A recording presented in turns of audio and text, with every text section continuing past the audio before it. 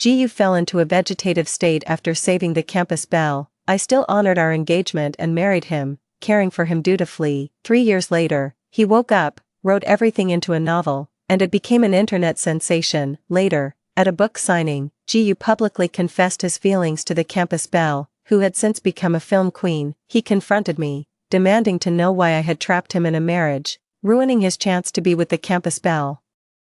I was branded the other woman by the entire internet and hounded to death by online abuse. When I opened my eyes again, I had returned to the day Ji-yu got into the car accident. I brought Mrs. G, who had come to demand the marriage be honored, straight to the campus belle. This, I said, is your true daughter-in-law, the love of your son's life, unwavering until death. 1. Xiaoning. Auntie hopes you can fulfill your marriage agreement with you ahead of schedule.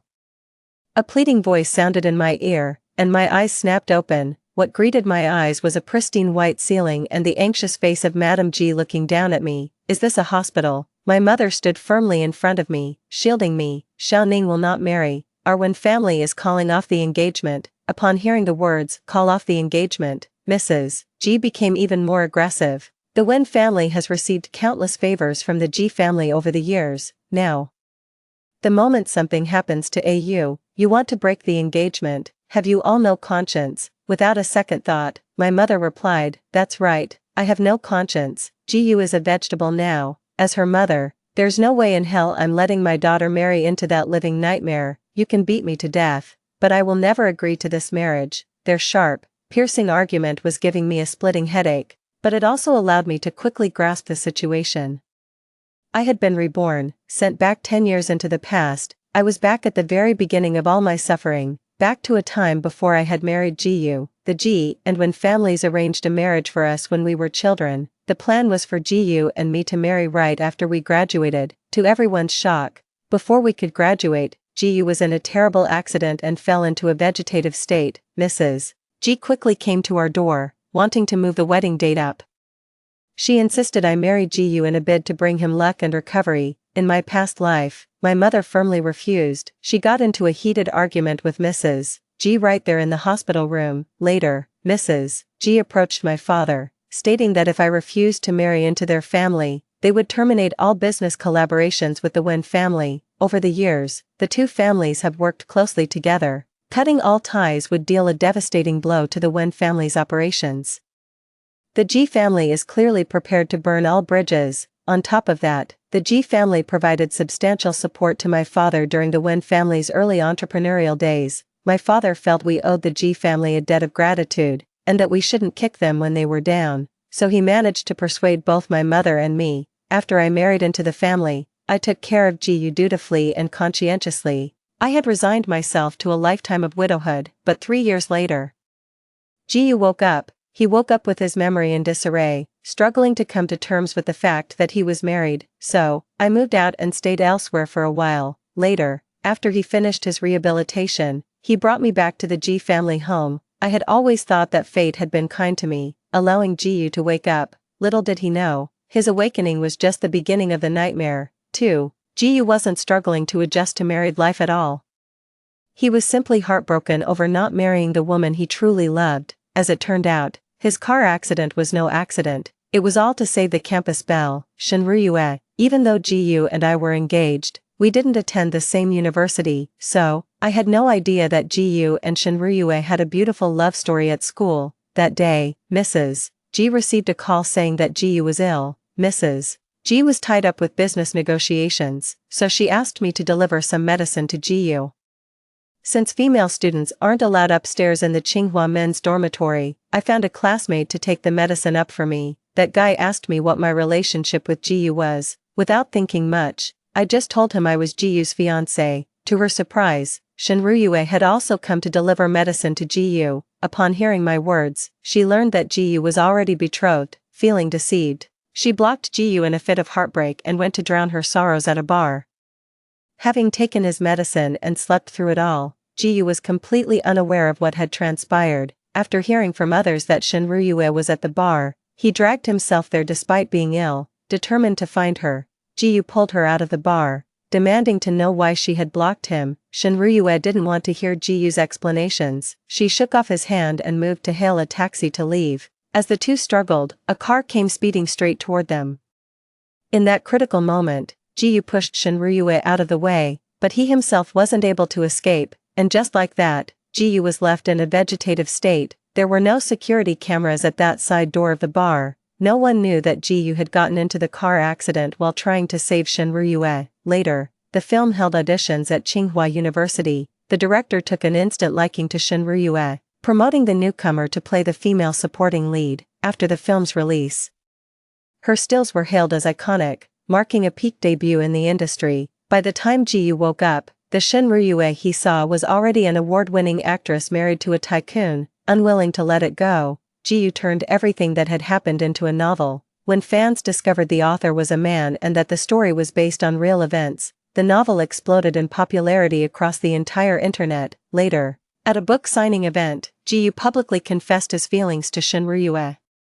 He confronted me, demanding to know why I had used marriage to tie him down, preventing them from being together. He completely disregarded all my efforts over the years and pinned all the blame on me. I was cyberbullied by his fans and became a target of hate across the entire internet. They even doxed my home address. When I went out, I was surrounded by various anti-fans who threw rotten eggs at me. While trying to escape from them, I was involved in a car accident on the road. The car was totaled, and I lost my life. To my astonishment, when I opened my eyes again, I had been reborn back to a time before I married Ji-yu. This time, I will break off the engagement. I will never marry Ji-yu again, nor will I step into that living hell a second time. 3. Gathering my thoughts, I pulled my still arguing mother behind me. Aunt Ji, it's not that I don't want to marry him, it's that Ji-yu doesn't want to marry me. As my words fell, the entire hospital room fell silent. Madame Ji's sharp gaze fixed on me. She scoffed coldly, gesturing towards Ji-yu lying in the hospital bed, connected to a ventilator. Wen Ning, there's a limit to your nonsense. I replied without a change in expression. If you don't believe me, Auntie Ji, you can ask around at the school. From what I understand, Ji-yu has a girlfriend. In fact, the reason he got into this car accident was to save her. Ji-yu would risk his life to save the one he truly loves. Do you really think he'd ever want to marry me? What's more, we had a formal engagement, yet Ji-yu secretly had a girlfriend on the side. That counts as cheating, doesn't it? So, I'm not breaking off the engagement. I'm rightfully calling it off. Madame Ji clenched her fists tightly and didn't answer me right away. She couldn't believe her son was capable of doing such a thing. Sensing Mrs. Ji's skepticism, I proposed directly, if you don't believe me, Auntie Ji, we can go to the school and ask. It'll clear things up right away. After all, I don't have the power to bribe an entire school of students to speak for me. With that, I took my mother's hand and turned to leave. I wasn't the least bit worried that Mrs. Ji would refuse, because all she needed was a woman to marry Ji-yu in a bid to improve his fortune. Of course, it would be even better if that woman was the one her son truly loved, especially if Ji-yu's misfortune was truly a result of saving Shinryue. There was no way she would let Shinryue walk away unscathed. 4. What a coincidence. Just as we arrived at school, we happened to see a guy confessing his feelings to Shinryue. Everyone around was chanting, "Get together, get together." I quickly pushed my way through the crowd to interrupt them. Hold on, shouldn't both people be single before getting together? The crowd looked at me, who had suddenly appeared, with bewilderment. Seizing the opportunity, I pulled Mrs. Ji over to stand before Shinryue. Allow me to introduce you to, this is Mrs. Ji, Ji-yu's mother. I pointed at Shinryue again. This is your real daughter-in-law, the love of your son's life. Shinryue's face paled. I don't know what you're talking about. Ji-yu and I are just friends. You're his fiancé. I raised an eyebrow and raised my voice. Just friends? What kind of friends cuddle, whisper sweet nothings, and frequent hotels together? With my revelation, one of Ji-yu's classmates in the crowd spoke up. I was just about to say, isn't Shinryue Ji-yu's girlfriend? Other voices chimed in one after another. Didn't the news of them getting together even make it to the confession wall? That gorgeous couple had so many classmates totally obsessed with them back then. Now that you mention it, I remember too. I actually saw them on a date once. I couldn't help but take a second look because they were both so good-looking. Shinryue's face turned ashen, yet she still forced herself to explain. We were together, but we broke up. Is that not allowed? Who says a couple can't split up? Hearing this, Madame Ji was now convinced of what I had told her at the hospital. Her eyes darkened, and in an instant, she dropped to her knees before Shinryue. Auntie, I'm begging you. Please come to the hospital to see AU. He loved you so much before the accident. If you come and talk to him, maybe it could help bring him back to consciousness. Mrs. G's voice was filled with grief, and the sight of her pleading desperately for her son made the onlookers' hearts ache. Even if you've broken up, you can still go see him. You were together once. How can you just stand by and do nothing now that GU is in trouble? That's right. A parent's love knows no bounds. It's truly heartbreaking. Mrs. G is pleading with you like this. You should really go and see him. Pressured by their words, Shinryue found herself unable to refuse. With a pale face, she had no choice but to help Mrs. G to her feet. All right, I'll go. Is that good enough? Tears glistened in Mrs. G's eyes as she tightly grasped Shinryue's hand. You're a good girl, such a good girl. No matter if AU wakes up or not, I will be grateful to you for the rest of my life. After hearing that, Shinryue's earlier displeasure melted away, and she willingly let Mrs. G lead her off. Once the two of them left, the onlookers also dispersed. I stood there, watching their retreating figures with a cold smile. The G family business was built from the ground up by Mrs. G alongside her husband, after her husband's passing. She single-handedly held up the G family enterprise. She's certainly no ordinary woman, since she knows about the relationship between Shinryue and GU. Her intentions in taking Shinryue to the hospital go far beyond a simple visit. She'll likely resort to underhanded methods to force Shinryue into marrying GU for a so-called auspicious union. Let the star-crossed lovers finally be together. I can't wait to see what kind of mess GU gets himself into without me there to keep him in check. 5. Shinryue never came back to school after that day. Rumor has it she's willingly staying at the hospital to take care of GU. I knew it. Mrs. G had stepped in. Sure enough, 2 weeks later, Mrs. G sent me a thank you note, along with a wedding invitation. I made an excuse and didn't attend. On the other hand, my father, feeling he had missed his chance to repay the favor, started visiting GU at the hospital regularly. My mom was worried my dad might do something rash, and she still wanted me to repay the G family's kindness. Every single day, she nags me to find a partner and go on blind dates. It scared me into burying myself in work just to escape the matchmaking pressure. Once I got busy, time just flew by. During that time, I leveraged my memories from a past life to step into the entertainment industry, investing in several films destined to become blockbusters. Among them was a low-budget, high-return teen campus film. The casting auditions for this movie were conveniently held at Tsinghua University, which happened to be GU's school. It was right here that the director spotted Shinryue, the campus belle, and knew she was the one. He championed her, a complete newcomer, for the role of the female lead's best friend. This launched Shinryue's journey to becoming a film industry legend. But this time, with me in the picture, Shinryue can forget about landing that supporting role. 6. The audition was about to start when I arrived. Before I could even step into the audition room, Shinryue stopped me. Wen Ning, what gives you the right to audition here at Tsinghua University? She's holding a grudge against me over what happened last time. I crossed my arms and retorted, why not? Just because the audition is at Tsinghua University doesn't mean it's only open to Tsinghua students. Tsinghua is a century-old institution, and many campus dramas are filmed there. It's just more convenient for their own students to audition, but they've never restricted who can try out. Shinryue snorted coldly, what a sharp tongue. Believe me, with one phone call, I can have your audition eligibility revoked. Even I, as an investor, was taken aback by Shinryue's sheer audacity. From what I understand, she comes from a poor family and doesn't seem to have any connections in the entertainment industry. Mrs. G is solely focused on her son's interests. There's absolutely no way she would support Shinryue's acting career. Shinryue probably came here behind Mrs. G's back. So, Miss Shin, are you saying the entire production team answers to you, and the investors too? Shinryue tilted her chin up smugly. Good. You understand the situation. If you call Mrs. G right now and volunteer to marry GU, then I might just give you a chance. Me, marry GU, that would be bigamy, wouldn't it? Don't talk nonsense, Miss Shin. Right now, you're the beloved future daughter-in-law in Mrs. G's eyes. Shinryue was left speechless by my retort and pointed at me with a fierce glare. Wen Ning, I'll have someone throw you out right now. Just you wait. I curled my lip sarcastically. Ooh, I'm so scared. Fuming with rage, Shinryue immediately yanked out her phone and sent a message. The reply came swiftly, and seeing it, Shinryue's bravado instantly returned. Just you wait, Director Wong will be here any minute. If you're having second thoughts, you'd better start begging me for mercy now while you still can. Director Wong, I was puzzled. Wasn't the director of this film supposed to be surnamed Jiang, a young, up-and-coming director who has already won numerous awards abroad?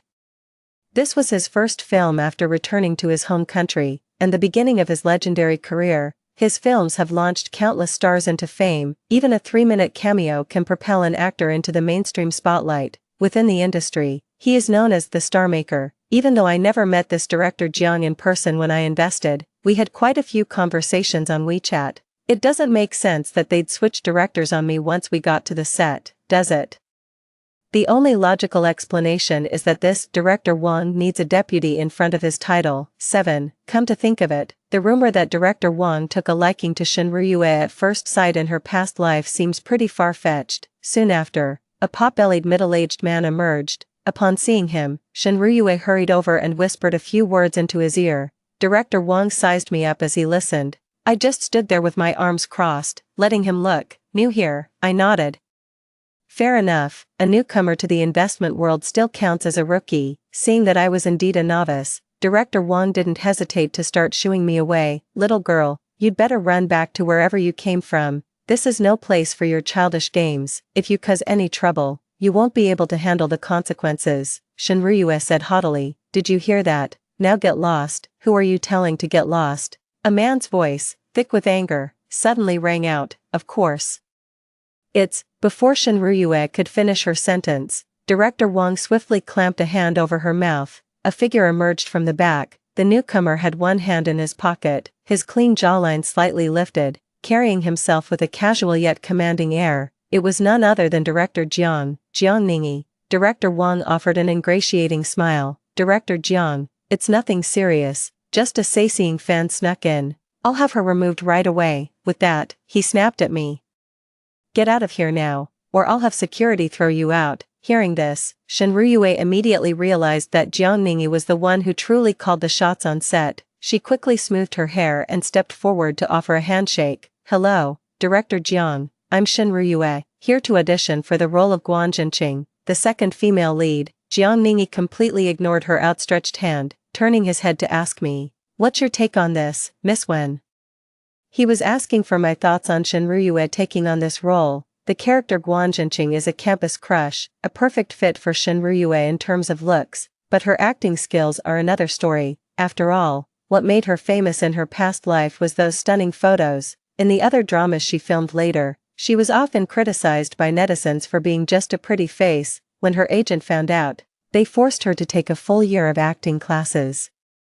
That's how she eventually became a Best Actress award winner. In her past life, perhaps the production was strapped for cash and had to rely heavily on newcomers. Among all those newcomers, Shinryue was indeed a perfect fit for the role of the second female lead. Not to mention, we still have Director Wong backing us up, but in this life, with my involvement and no financial worries, of course we're going to hire the best actors for the roles. Thinking of this, I shook my head. She's not right for it. Shinryue stamped her foot and retorted indignantly, who are you to criticize? If I'm not good enough, then are you saying you are? My looks are too striking and glamorous, which is completely at odds with the character of the female lead's rival. I'm definitely not right for the part. I ignored him and went straight to Jiang Ningyi. I've asked Jiang Ling to come in for a screen test. 8. Jiang Ling is the undisputed white moonlight of the entire entertainment industry, a perfect embodiment of the ideal, a seasoned veteran actor, so there are zero concerns about her acting skills. Upon hearing Jiang Ling's name, Shinryue's face fell, because she knew perfectly well that if Jiang Ling showed up, she wouldn't even get a chance to audition, but she still struggled on, unwilling to give up. I'm cheaper than Jiang Ling, and my look is perfect for this role. If Director Jiang picks me, I won't even take a salary. Director Wong caught on and quickly chimed in to support her. That's right, Ryu's appearance is a perfect fit, and she could save the production a ton of money. We should give newcomers more chances, shouldn't we? A flicker of mockery passed through Jiang Ningyi's eyes. I'd like to, but you've already managed to offend the money people. How exactly am I supposed to give you a chance now? Shinryue and Director Wong were completely baffled. Jiang Ningyi didn't keep us in suspense any longer. He turned sideways, bowed to me, and performed a gentlemanly gesture of invitation. "Miss Wen, please come in, the audition will begin shortly," I acknowledged with a faint nod, then walked past the two of them and entered the audition room. Jiang Ningyi's teasing voice came from behind. "My mistake earlier, in our crew, she's the money mommy." He then left the two dejected souls behind and also entered the audition room. After that, Assistant Director Wang was also kicked off the production. It wasn't until the entire audition was over that I realized just how sharp Jiang Ningyi's eye was. The cast from the previous life was already the best possible choice. Of course, with Jiang Ling joining in this life, the film will be even better, reaching even greater heights. 9. After returning from Tsinghua, I hired a private investigator to tail Shen Ruyue.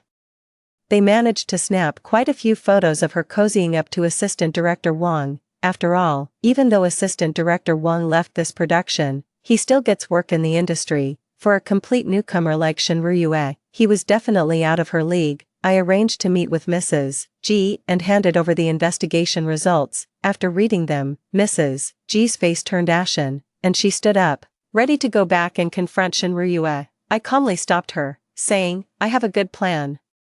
It can make Shen Ruyue willingly take care of GU, and it can also boost G Corporation's stock price." Mrs. G paused, looking at me warily. I could tell she was starting to doubt me. That was only natural. The moment I said what I just did, I was no longer just a junior in her eyes. I remained composed under her scrutinizing gaze. "Madam G, why not have a seat and hear me out before deciding whether to trust me?" Madam G pondered for a few seconds before sitting back down.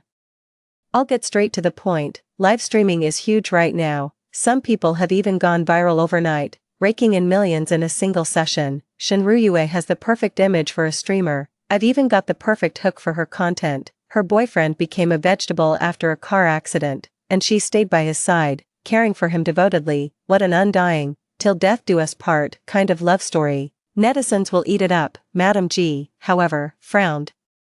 "What does this have to do with the G Group? The G family is in the food industry, but their products haven't been innovative enough in recent years, and the business has started to decline. Foot traffic in their stores has dropped significantly. If they could use their son to play up some hardship in a live stream and drive some sales." Mrs. G's brows instantly relaxed. She had grasped my meaning. If the products sell well, a rise in the stock price is only a matter of time.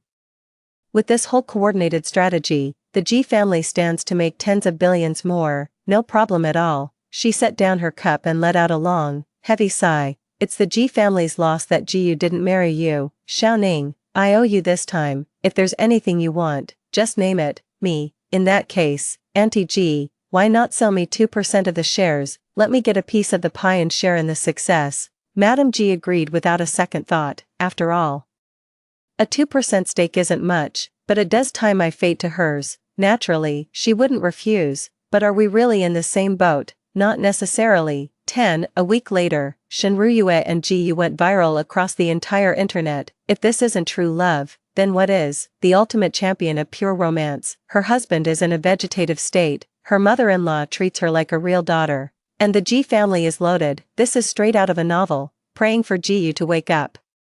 True love must have a happy ending. Poor Mrs. G, her husband passed away, and now her son is in a vegetative state. She's holding the entire G family together all by herself. My heart aches for her. Let's all support the G family by buying their products. They're a time-honored brand that hasn't raised prices in all these years. We all need snacks anyway. I'd rather make my snacking count. I'm buying theirs. After a series of strategic moves, the G family's products sold out completely. Shen Ruyue is quite a character, pitifully maintaining her image as a pure-hearted widow in her daily live streams. She appeals to both male and female fans. Each livestream session earns her no less than 10 million. As the owner of this streaming platform, I made a fortune practically overnight. We brought in quite a few talented streamers. After more than 2 months of this, Shen Ruyue finally couldn't take it anymore. Every penny she earned from streaming was tightly controlled by Madam G. Shen Ruyue was taken to the hospital right after class, spending over 10 hours a day with GU. Unable to bear the monotony, she made a fuss, demanding breaks and a more reasonable schedule. She threatened to stop the live streams if Madam G didn't agree to her terms. Left with no choice, Madam G had to reduce the number of livestream sessions, putting a positive spin on it for the fans. They said, We see and appreciate all your support. Please spend responsibly and avoid sending excessive gifts. We'll be moving to a once-a-week livestream schedule. This statement managed to win over another wave of goodwill from the online community. The stock price climbed once more, reaching an inflated level. Seizing the opportunity, I sold off all the shares gifted by Mrs. G, along with every single G Corporation stock I had previously purchased. I took the money I earned and reinvested it into another Xianxia drama, telling them to go all out on the special effects and not worry about the budget. The public's attention is fickle, and Shenruyue and her group were quickly overshadowed by the next big thing. The revenue from each live stream session kept getting worse. After all, their initial success was just a flash in the pan. Without consistently producing quality content, how could they possibly keep making money? Shenruyue began to entertain other ideas. She started flirting with the male fans in her livestream. Posting some suggestive photos or going out for a few meals could earn her a decent amount of money. The most crucial part was that Madame G was completely unaware of this money. I forwarded the photos I received to the marketing accounts I work with. Here's a scandal that's absolutely guaranteed to blow up on social media. 11. Hashtag Campus Sweetheart Shenruyue. This is who she really is behind the scenes. Hashtag. This topic instantly went viral, with photos so explicit they couldn't be posted without heavy censorship. The sweeter the high was, the more sickening the aftertaste is now. Shenruyue has been completely boycotted across the entire internet. All of her information, including her social media accounts, was swiftly shut down. I forcibly terminated her account on the streaming platform, issued a formal statement to reclaim the funds, and arranged for a full refund of all gifts to her fans. From now on, any streamer on the platform who engages in misconduct will have all their gift revenue revoked. And just like that, I climbed to the top by stepping over Shenruyue, elevating the platform's reputation to new heights. Madame G was away on a business trip when she got the news. By the time she rushed back, Shenruyue was already packing her bags, ready to flee. Furious, she had Shen apprehended on the spot and gave her a thorough dressing down. In the end, Shenruyue ended up with a broken leg, divorced Jiyu, and left with nothing. And so, while he was in a coma, Jiyu not only experienced getting married and being thoroughly cuckolded, but also went through a divorce. Lying in bed, he managed to check off about 80% of life's major milestones. At this point, dying probably wouldn't leave him with any regrets. Because of Shenruyue, fans who had previously bought the G family snacks also spoke up. I've been wanting to say this for a while. The G family's products are awful. After all these years, they haven't improved one bit. Yeah, I didn't eat any of what I bought before. I only bought it to show support. But now, forget it. Mrs. G is pitiful enough as it is. Let's just consider the previous purchases as a charitable donation. Feeling sorry for them. You're on a $3,000 a month salary pitying someone who makes $30 million. Have some pity for yourselves first.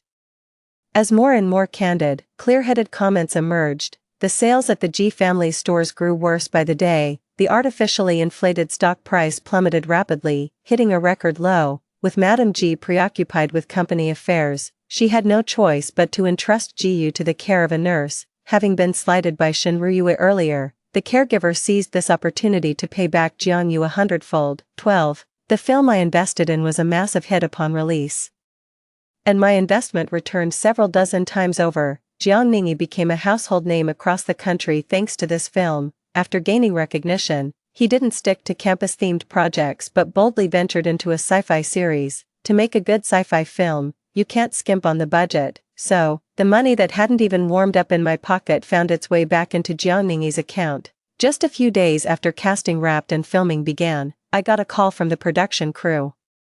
They said there was an accident during the demolition. Terrified, I hung up the phone and rushed to the hospital. To my surprise, I ran into Mrs. G and Jiyu in a wheelchair. The moment I arrived at the hospital, I raised an eyebrow in astonishment. Had Jiyu really woken up? Just like in my past life, Jiyu spotted me and waved. Xiaoning, perfect timing, come push me to my checkup, Mom still has to get to the office. The moment his words hung in the air, it clicked for me.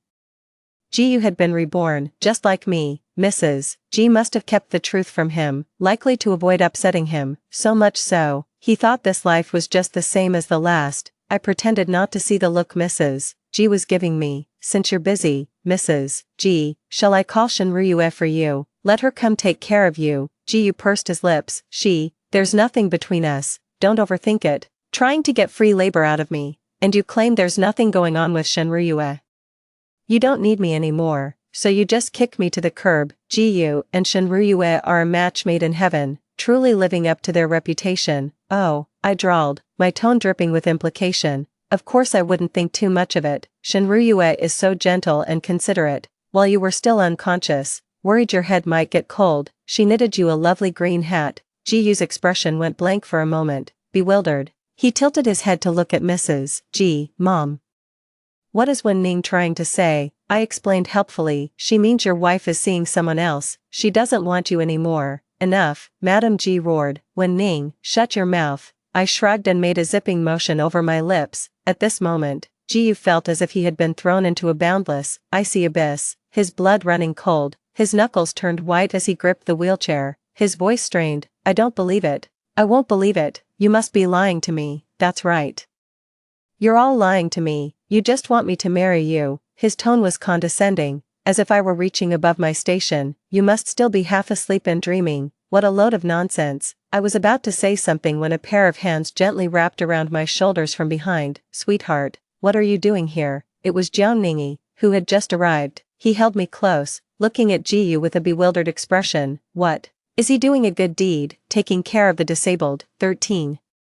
The way Jiyu's face turned from pale to flushed was absolutely priceless. What a shame we didn't record it. It would have made a perfect acting masterclass. Jiang Ningi clicked his tongue, his expression tinged with regret. Thinking back on this scene just now, I couldn't help but let a smile touch my lips. In our past life, Jiyu hated me for ruining his love, yet in this life, upon waking, he covets my selfless devotion. He wants to have his cake and eat it too. What a hypocrite. But none of this has anything to do with me anymore. Jiyu and I are just strangers who have gone our separate ways. I put him out of my mind and followed Jiang Ningi to visit the hospitalized actor. Jiang Ningi said quietly, all the safety measures were in place. It's just a minor scrape, nothing to worry about. My worries eased, and I urged him to be extra careful from now on. As I was talking, I suddenly stopped in my tracks and asked Jiang Ningi, why did you think to pretend we were a couple in front of Jiyu? Jiang Ningi froze up completely. I've taken so much money from you. It's a complimentary service. Next time you're forced into a blind date, you can still come to me. I narrowed my eyes. Oh, Jiang Ningi lifted his chin. Don't think just because I'm a director that I can't act. I'm actually quite brilliant. Anyway, I should get going. Next time I have a moment, I'll show you my special skills. With that, Jiang Yining beat a hasty retreat. I watched his awkward, stiff-backed figure and let out a soft chuckle. Director Jiang,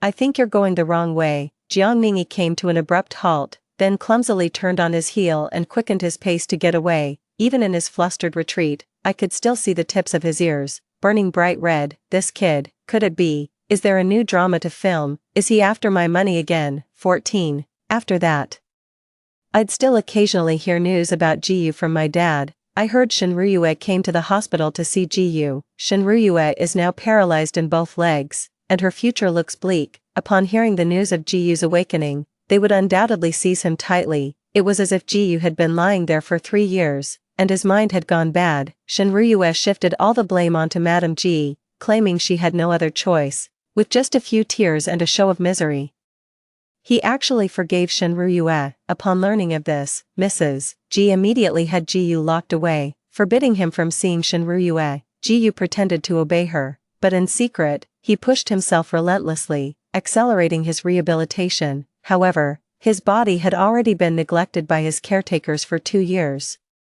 Subjecting it to such intense training now caused him to cripple one of his legs. Then, seizing a moment when Mrs. G wasn't paying attention, he slipped out of the G household and eloped with Shinryue. Upon learning of the situation, Mrs. G immediately froze all of Jiyu's credit cards. She cut off all his means of survival. We all knew that Shinryue was only after Jiyu's money. If Jiyu were to truly become penniless, Shinryue wasn't about to just sit back and behave herself.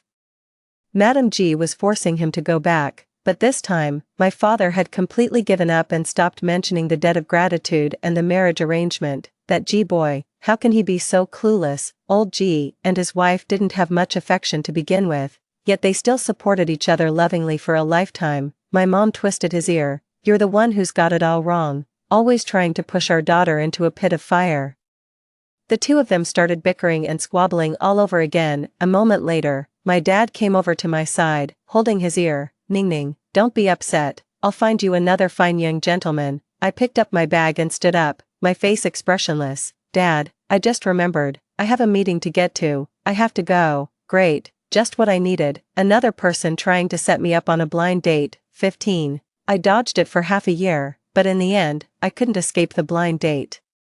The man sitting across from me went on and on about how many millions he makes a year and how in demand he is. I had to force myself not to throw a glass of water in his face. "Excuse me, I need to use the restroom." Now I finally understand why my dad is so grateful to the G family. It's all about his eye for talent. If it weren't for Uncle G's recommendation back then, we'd never have built the family business we have today. As I was washing my hands after leaving the restroom, a conversation between two men nearby made me pause in my tracks. Jiyu brought the campus belle to the reunion, and she couldn't take her eyes off young Master Chen. Jiyu's broke and limping now. No wonder Shinryue wants nothing to do with him. What a joke he is, a campus belle and a laughingstock. They're a match made in heaven, you know. I still have those racy photos from back in the day saved, gotta say. Shinryue's figure is something else. No wonder she managed to sweet-talk so many sugar daddies into bankrolling her. "Come on, bro, don't hog the good stuff, share the link on the cloud drive." Their voices gradually faded into the distance. Just as I was about to leave, Jiyu stumbled out of the men's restroom, looking utterly devastated. Looks like I wasn't the only one eavesdropping. Jiyu's eyes were bloodshot. His teeth clenched. "You're here to laugh at me too?" "I have no interest in being the butt of a joke." I didn't answer, turning to leave, but Jiyu suddenly grabbed my wrist. "Ning, have you been reborn too?" Startled by his words, I failed to break free in time. Before I knew it, he had dragged me and pinned me against the wall. "Ning, instead of keeping that pretty boy Jiang Yining, you should choose me. We've both been reborn, and we were husband and wife in our past life. I'm the one who's truly right for you." I was once again stunned by Jiyu's sheer audacity. It's true what they say, when you have no shame, you're truly invincible. I looked at him coldly. "I have no intention of being the other woman, just say yes, and I'll break up with her right now." Jiyu hurriedly explained. "I've figured it out. Shinryue is only after my money. Someone as lowly as her doesn't deserve to be with me." "Lowly?" I stomped hard on Jiyu's foot and wrenched my hand free from his grasp. "You're no prize either. Don't tell me you want to be with me for any reason other than my money." My retort left Jiyu speechless, and he grew flustered, scrambling to defend himself. I didn't hold back in the slightest as I spoke. "If she's not after your money, then what? Your hopeless romanticism, your limp." "Sure, Shinryue is no saint, she's ruthless and cunning, but what about you, Jiyu? You're a fool who's been played for a fool, throwing away your future and sacrificing your life for her." The icy voice echoed in the narrow corridor, each word like a dagger plunging into Jiyu's chest. His hands trembled uncontrollably as he murmured, nearly in a daze, "No, that's not true, that's not how it is." My words were like rubbing salt in the wound. It utterly shattered Jiyu's convictions. I watched coldly as he feebly defended himself, trying to salvage a heart that had long since crumbled. Was Jiyu really that foolish? He was simply deceiving himself.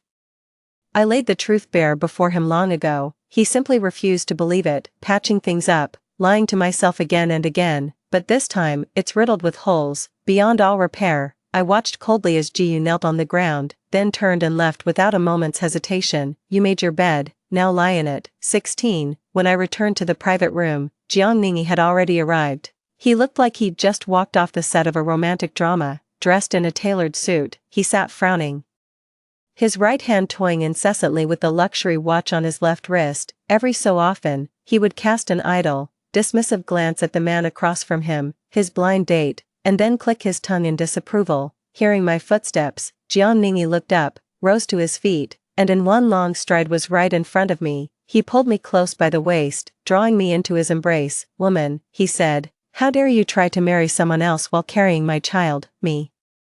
I managed to whisper hoarsely to Jiang Ningi, "Have you lost your mind from filming too many dramas?" Jiang Ningi gave me a reassuring look. "The weather has turned cold, it's time for the Wang family to go bankrupt." "Me?" I buried my face in Jiang Ningi's chest, mortified beyond belief. The blind date guy, who apparently wasn't surnamed Wang, cursed under his breath. "Freak." He stood up, shot me and Jiang Ningi a venomous glare. and stormed out of the private room as soon as they left.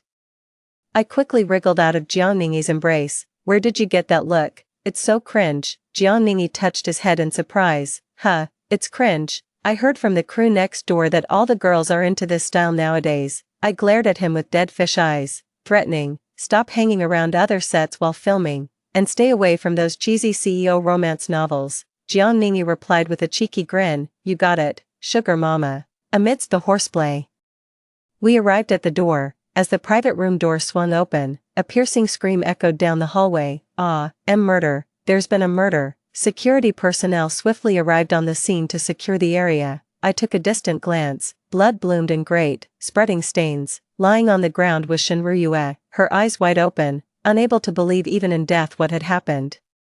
And kneeling before her was Jiyu, the knife still in his hand. Jiyu had killed with his own hands the very lover he had fought so desperately to save 3 years before. How ironic. 17. Just as the police arrived, Mrs. Ji also rushed to the scene. Seeing her son, Jiyu, now a murderer, she fainted dead away. It was only then I noticed how much Madame Ji had aged. It was as if a decade had passed since I last saw her. The Ji family was finished, utterly and completely. I dropped Jiangmingyi off at the neighboring film set and returned the costumes and props. Just then, my mother called. Her voice, thick with disbelief, crackled through the phone. When Ning, you're pregnant and you're not even married. I was just about to explain when, the very next second, my mom's voice rang out again, this time brimming with delight. Look at you, all grown up. Oh my goodness, I'm going to be a grandma. I have to go brag to my girlfriends right now. Ha ha ha.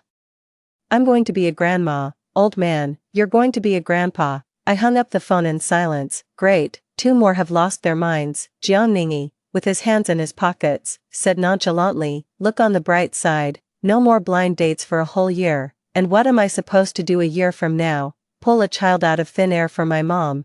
Don't even suggest borrowing one from the crew next door. But then, Jiangmingyi suddenly straightened up and gave me a slightly awkward wink. What do you think? Is there still time for me to try harder? I pressed a hand to my wildly beating heart. You, Jiangmingyi looked at me expectantly, a grandson as old as you. Do you think my mother could accept that? Jiangmingyi stumbled, nearly falling to the ground. He covered his face in despair. It's over. You really want to be the sugar mommy now. The road ahead is long. And the journey is still far from over. Watching Jiangmingyi's antics, I couldn't help but burst out laughing. It finally dawned on Jiangmingyi that I was teasing him. He pouted, tugging at the corner of my clothes with a pitiful look. Boo-hoo, you're messing with me. I'm going to get a little grumpy now. I shuddered with disgust, pulled my clothes back, and quickened my pace. Jiangmingyi stood there, unmoving. I said leisurely, hurry up. My mom wants you to come home for dinner. Our mom. Your grandma. Ha ha ha, ha ha ha. Playfully bickering, the 2 of them walked off into the distance. In the light, their 2 shadows slowly drew together and gradually merged into one. From that moment on, a new chapter of my life officially began. Story 2. After my husband's white moonlight got married, he jumped off a building. Before jumping, he made a will, leaving all his money to the unborn child in his white moonlight's womb. That disgusting illegitimate child, even I, the legitimate wife, missed out on all the company's shares, became a worker toiling for the unattainable love, reborn into this life. Looking at the man before me, a trace of disgust flashed in my eyes, like playing the devoted man.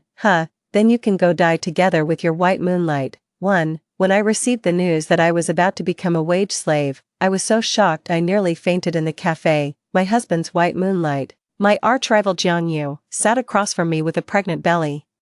Smiling innocently, sister, blame it on our brother for loving me and the child too much. That's why he left the inheritance to me. After all, what father would want his own son to suffer? Isn't that right? Staring at the arrogant woman before me, I clenched my fists tightly, the sharp nails dug into my flesh, the pain excruciating. My husband committed suicide by jumping off a building some time ago, just when I thought I was about to inherit all his property and reach the peak of my life.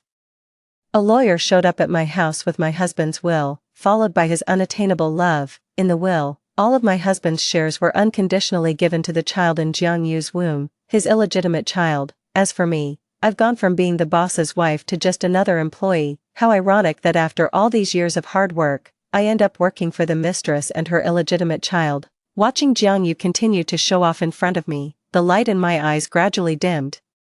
Then with a smile, I reached into my bag under the table and pulled out my butterfly knife for self-defense, stabbed straight into the left eye of the woman opposite. Blood gushed out, accompanied by screams from the surrounding people. I stepped onto the table and slashed Jianyu's throat with another knife, still thinking of using the family fortune I'd worked so hard to build all these years to raise your illegitimate child. In your dreams, go to hell with that bastard man of yours. When I opened my eyes again, I thought I was in prison, but the pink curtains told me otherwise. My mother pushed the door open and stood by my bed with a calm expression. Yu Qing, let me ask you one more time, are you really going to marry that penniless Gu Qinghuai? That question jolted me fully awake. I had been reborn, in my past life. I nodded without hesitation, just because he was my first love in high school. I married into the Gu family with a maiden's longing and an exorbitant dowry. In this life, I threw myself onto the bed, kneeling and wailing, no no no, I won't marry, I refuse to wed a penniless man. As soon as the words fell, I saw my mother heave a sigh of relief, then she patted my shoulder and said with a smile, that's my daughter, seeing you so bewitched recently, I thought you were possessed by a ghost. After saying this, my mother's expression immediately turned serious. The Gu family is waiting in the living room right now. Since you don't want to marry Gu Qinghuai, I'll go make it clear. After saying that, she was about to get up and leave, but I grabbed her arm. A cold sneer flashed through my eyes. In my past life, Gu Qinghuai's betrayal was etched deeply in my memory. Having been reborn, how could I let him off so easily? A smile spread across my face. Mom, this trouble was caused by me. I'll handle it myself. I'll talk to Uncle Gu about it, too. In my past life, I was determined to marry Gu Qinghuai. The Gu family had fallen into decline in the capital, and upon hearing this, they acted as if they had stumbled upon a great bargain, immediately bringing Gu Qinghuai to propose marriage. At that time, Jianyu was still the adopted daughter of the Gu family and stubbornly followed them here. Gu Qinghuai, in front of his beloved, reluctantly accepted me. Thinking back now, he must have hated me to death. I picked a black cheongsam from the wardrobe. Embroidered with several dark golden lotus flowers in gold thread, it exuded an air of dignified elegance. As my mother watched me in the mirror putting on earrings and fixing my hair, instantly transforming from a college girl to a wealthy heiress, she nodded in satisfaction. My mother and I came to the living room. From afar, I could see Gu's father rubbing his hands together, speaking to my father with a fawning expression, but my father sat stiffly on the chair with a stern face. Seeing me arrive, both Gu Qinghuai and Jianyu were somewhat stunned. The Gu family had fallen into decline, with the entire household crammed into a mere dozen square meter flat in the capital. For over a decade, Mr. Gu clung to his delusion of making a comeback, squandering what little remained of their savings. Thus, both Gu Qinghuai and Jianyu now dressed simply, completely unlike me. I glanced at Jianyu's face, not missing the unmistakable envy in her eyes. Seeing me arrive, Father Gu immediately greeted warmly, Youqing's here, come sit down quickly. Look at Youqing's noble demeanor. It's clear she and Qinghuai are a match made in heaven. I smiled and touched the imperial green oval cabochon ring on my middle finger. Glancing at Gu Qinghuai across from me, his blue shirt faded from washing. I remained non-committal. Just as Father Gu was about to probe my father about my dowry, I raised my hand to interrupt him. Uncle, I haven't agreed to marry Gu Qinghuai yet. Don't be so quick to calculate my dowry. The duck hasn't even reached your mouth, and you're already planning to suck the marrow from its bones. As soon as I finished speaking, I saw the Gu family's expressions darken in unison. Gu Qinghuai's voice turned stern. Ling Yuqing, how dare you speak to my father like that? Apologize now. I glanced at him disdainfully and sneered. What kind of thing are you, daring to order me around? I'm the eldest daughter of the wealthy Lin family, your education sponsor. Even if I didn't give you life, I raised you, and now you're demanding an apology from me. I've never seen a shameless man like you who acts tough while living off others. Such audacity. After speaking, I noticed my father sitting beside me immediately brighten up, his gaze towards me filling with appreciation. I couldn't help but laugh. My father was upright and taciturn, so now that I'd voiced his inner thoughts, he naturally felt relieved. The Gu family was momentarily stunned to see their formerly obedient me acting so shrewish. Seizing the advantage, I pointed at Gu Qinghuai's nose and scolded, if I hadn't funded you back then, you'd have dropped out and be selling pancakes on the street by now. Where would you get the money to start a business?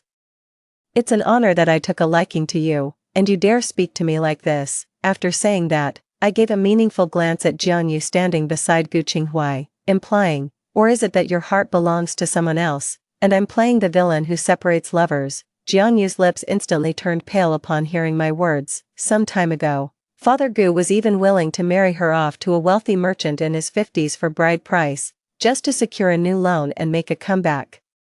It was Gu Qinghai who stepped forward, claiming he could marry the eldest daughter of the Lin family, which finally made Father Gu spare Jianyu. I'll never forget how Jianyu touched her pregnant belly in our past life and smiled at me, saying, "Do you know what my brother told me back then? On the night of your wedding, my brother held me and told me to endure a little longer, that once he becomes powerful enough, we can be together openly." When Gu Qinghai heard what I said, he immediately reacted as if struck by a guilty conscience, saying sharply, "Lin Yuqing, don't go too far. Jianyu and I are just siblings." As the words fell, a faint smile curled at the corners of my lips. This was a confession without prompting. Having navigated the business world for years, my father had long honed a pair of piercing, discerning eyes. His gaze swept over Gu Qinghai and Jianyu, and in an instant, he grasped the gist of the matter, followed swiftly by a surge of anger. Father sneered as he turned his gaze toward Gu's father. The ancients always said to govern the state, one must first regulate the family. Old Gu, if you can't even keep your own household in order, no wonder your business ventures fail. After speaking, the father coldly signaled to the servant behind him, "With a family like this, you still dare dream of marrying my daughter? Preposterous. Attendants, escort this guest out." 3. Just like that, the entire Gu family was thrown out by us. Gu Qinghai looked particularly disheveled, standing awkwardly outside the Lin family's villa, raising his head to glare at me watching the spectacle from the balcony. Without hesitation, I flipped him the bird. Shortly after, the property security guards dragged Gu Qinghai away. In my past life, everyone around me doubted the marriage arrangement between me and Gu Qinghai, saying we were doomed to fail. Only one person consistently tried to bring me and Gu Qinghai together from start to finish. That was one of my friends, Song Yu, the illegitimate daughter of the Song family. But when Jianyu came to seize my assets, Song Yu vanished into thin air like steam. Later, I discovered she had taken a large sum of money and emigrated abroad. Looking back now, I suspect the Gu family had bribed people around me to ensure I married into the Gu family safely. They truly went to great lengths. The night I rejected Gu Qinghai, Song Yu texted me asking why I broke up with him. Her tone wasn't pleasant, and there was even a hint of accusation between the lines. Gu Qinghai is handsome and driven, he's already a great match, Yuri not getting any younger this year, and it's already good that someone wants you, how dare you still be picky. After saying that, she sent several contemptuous emojis in a row, then added, "If you reject Gu Qinghai, let's just cut ties." I stared at my phone screen in slight surprise, a flicker of doubt crossing my mind. My past self must have been incredibly patient not to slap this illegitimate daughter who dared speak to me like that. Then I immediately understood. Previously, I was a spoiled young lady with no temper, doted on by my parents and untouched by hardships. It wasn't until after marriage when I was forced to start a business with Gu Qinghai that I toughened up and became the fiery President Lin. Naturally, my state of mind is different now, watching Song Yu still spouting nonsense on the screen. I moved my fingers, blocked her decisively without hesitation, thought the matter would come to an end. Who would have thought that blind-eyed Song Yu would, at Saturday's cocktail party, publicly confront me about why I blocked her? At that moment, I was holding a wine glass and speaking with their family's eldest daughter. The Song family's eldest daughter frowned upon hearing Song Yu speak. The Song family is currently eager to collaborate with the Lin family.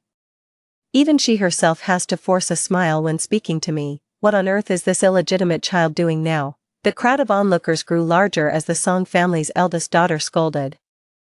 What place do you have to speak in such a setting? Moreover, if someone blocked you, there must be a reason. Have you ever reflected on your own behavior? Before the illegitimate daughter could retort, I cut in. Speaking of which, I'd like to ask Miss Song, your family's upbringing can't be that poor, so how did you raise such an outrageous girl? She actually expected me, a young lady from a prominent family, to marry someone like Gu Qinghai, a down-and-out nobody.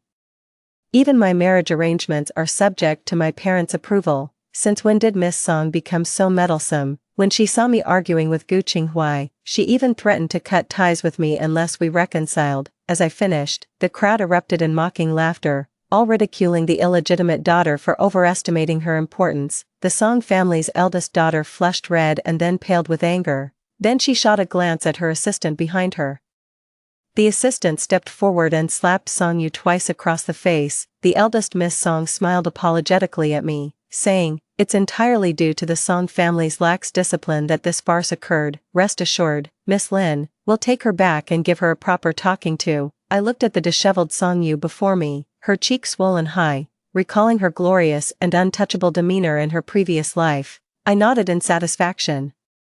Song Yu was dragged by the servants and thrown into the car, to be sent back to the Song family after the banquet concluded. Meanwhile, I proceeded to discuss business with the eldest Miss Song. Although the current head of the Song family hasn't achieved any major accomplishments, they've done quite well in maintaining the family's legacy. There's still someone worth befriending. The next morning, my father and mother sat on the sofa with serious expressions, seeing me come downstairs. My father cleared his throat and said, "Yuzuki, starting today, you'll come to work at the company with me. Your mother and I have been overprotective of you before. Any stranger could easily deceive and take you away. Now we should start training you like we would an heir." I had been longing for this opportunity, so I agreed immediately after father finished speaking. Without further questions, father instructed the driver to prepare another car. The Lin family is different from other wealthy families. Mother didn't choose the diplomatic wife route, instead joining the company alongside father after my birth, sharing equal equity, with both spouses working hard together. The Lin family flourished accordingly, becoming one of Beijing's rare families that consistently climbed the social ladder without decline. Even if I had foolishly married Gu Qinghuai in my past life, my parents were no fools, according to my recollection. Gu Qinghuai's true coldness toward me likely began when he heard me say, "My parents had already made plans for me. I am the sole heir of the Lin family trust. If I die, almost all the assets will be transferred to a designated foundation to protect endangered wildlife on Changbai Mountain from poaching." Upon joining the company, my father appointed me as the chairman's assistant. After shadowing my father nonstop for a week, I quickly familiarized myself with the company's basic structure.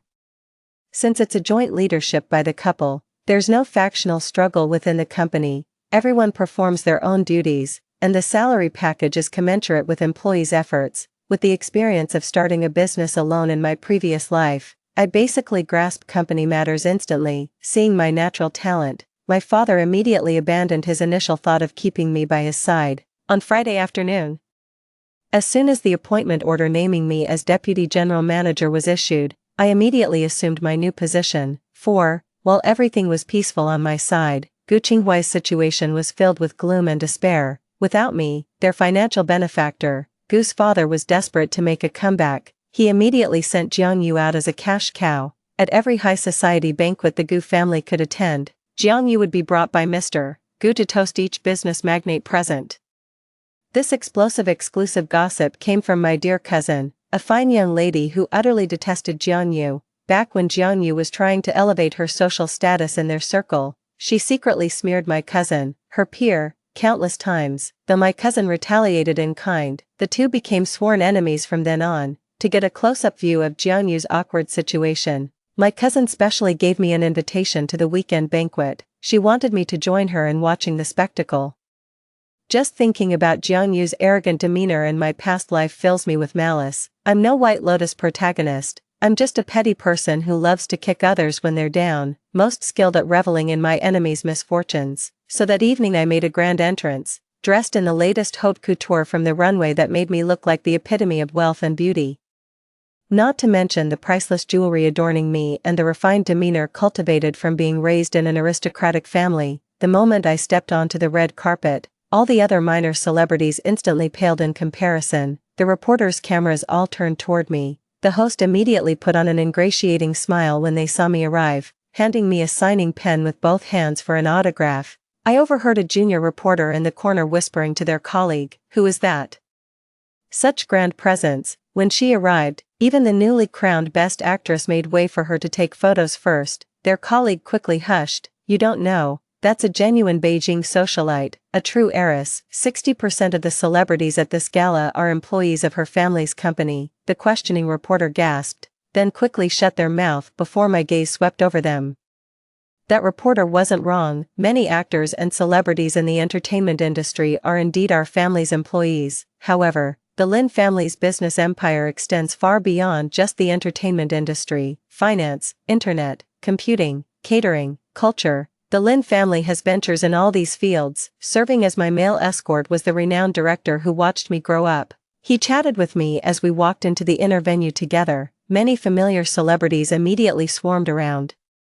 Engaging in conversation with the director, I, on the other hand, found my cousin, grabbed some food from the buffet area in the venue, and sat in a corner to eat. The people at the banquet all had different purposes. Business tycoons holding capital either chatted casually or exchanged the latest market trends and future industry policies amidst laughter and smiles. The celebrities' intentions are quite blatant. An accomplished veteran actor stands beside a familiar director, discussing the upcoming filming work.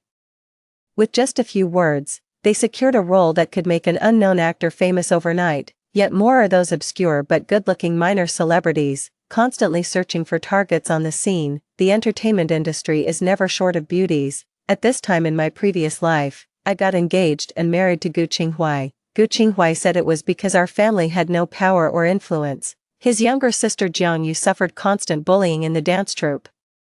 Jiang Yu now wants to switch careers and enter the entertainment industry, asking for my help. For this reason, I went to great lengths at the time to stop Jiang Yu from going to accompany wealthy sponsors for drinks. I forcefully got her, who wasn't skilled enough, into a dance variety show. Later, I also spent money on data manipulation and marketing for her. She was forcibly elevated to a height that didn't belong to her, despite being worlds apart from top dancers in terms of innate talent. In this lifetime, I simply smiled faintly. In this life, I didn't help her pull strings. She didn't even qualify for the preliminary auditions. Maybe I can only tag along to the cocktail party by mooching a ticket to accompany older men. As midnight approached, most of the overt business discussions had concluded. A small group of executives, directors, and celebrities left first, while the rest tacitly headed to the top floor, exchanging glances with my cousin. We also stood up and waited by the elevator to go to the top floor. After all, we came here tonight specifically to see the excitement. How could we possibly miss the most thrilling part of the show? My cousin is delicately beautiful, with every smile and frown exuding the charming innocence of a young girl. As for me, I am striking and glamorous, with every gesture radiating an aura of decisive authority. Coupled with our exquisitely expensive evening gowns, we stood out from the crowd even more. The young nobleman beside me gulped and whispered to his companion, "Which noble family do these two beauties belong to? Their master must be quite the lucky man." Before he could finish, his companion immediately panicked and tried to hush him, but it was too late. The female bodyguard behind me strode forward and slapped the young nobleman twice across the face. Blood immediately gushed from his nose and mouth as he collapsed onto the ground. The minor celebrity in his arms let out a shriek and stumbled away in fright. I looked down at the disheveled nobleman with the same disdain one would show to trash. The banquet manager heard the commotion and hurried over, bowing and scraping to apologize to me. Then he escorted my cousin and me to the VIP elevator. My cousin snorted coldly. If it weren't for watching Jiang Yu make a fool of herself, I'd never come to such a disgusting place. I glanced at her with a smile and comforted her.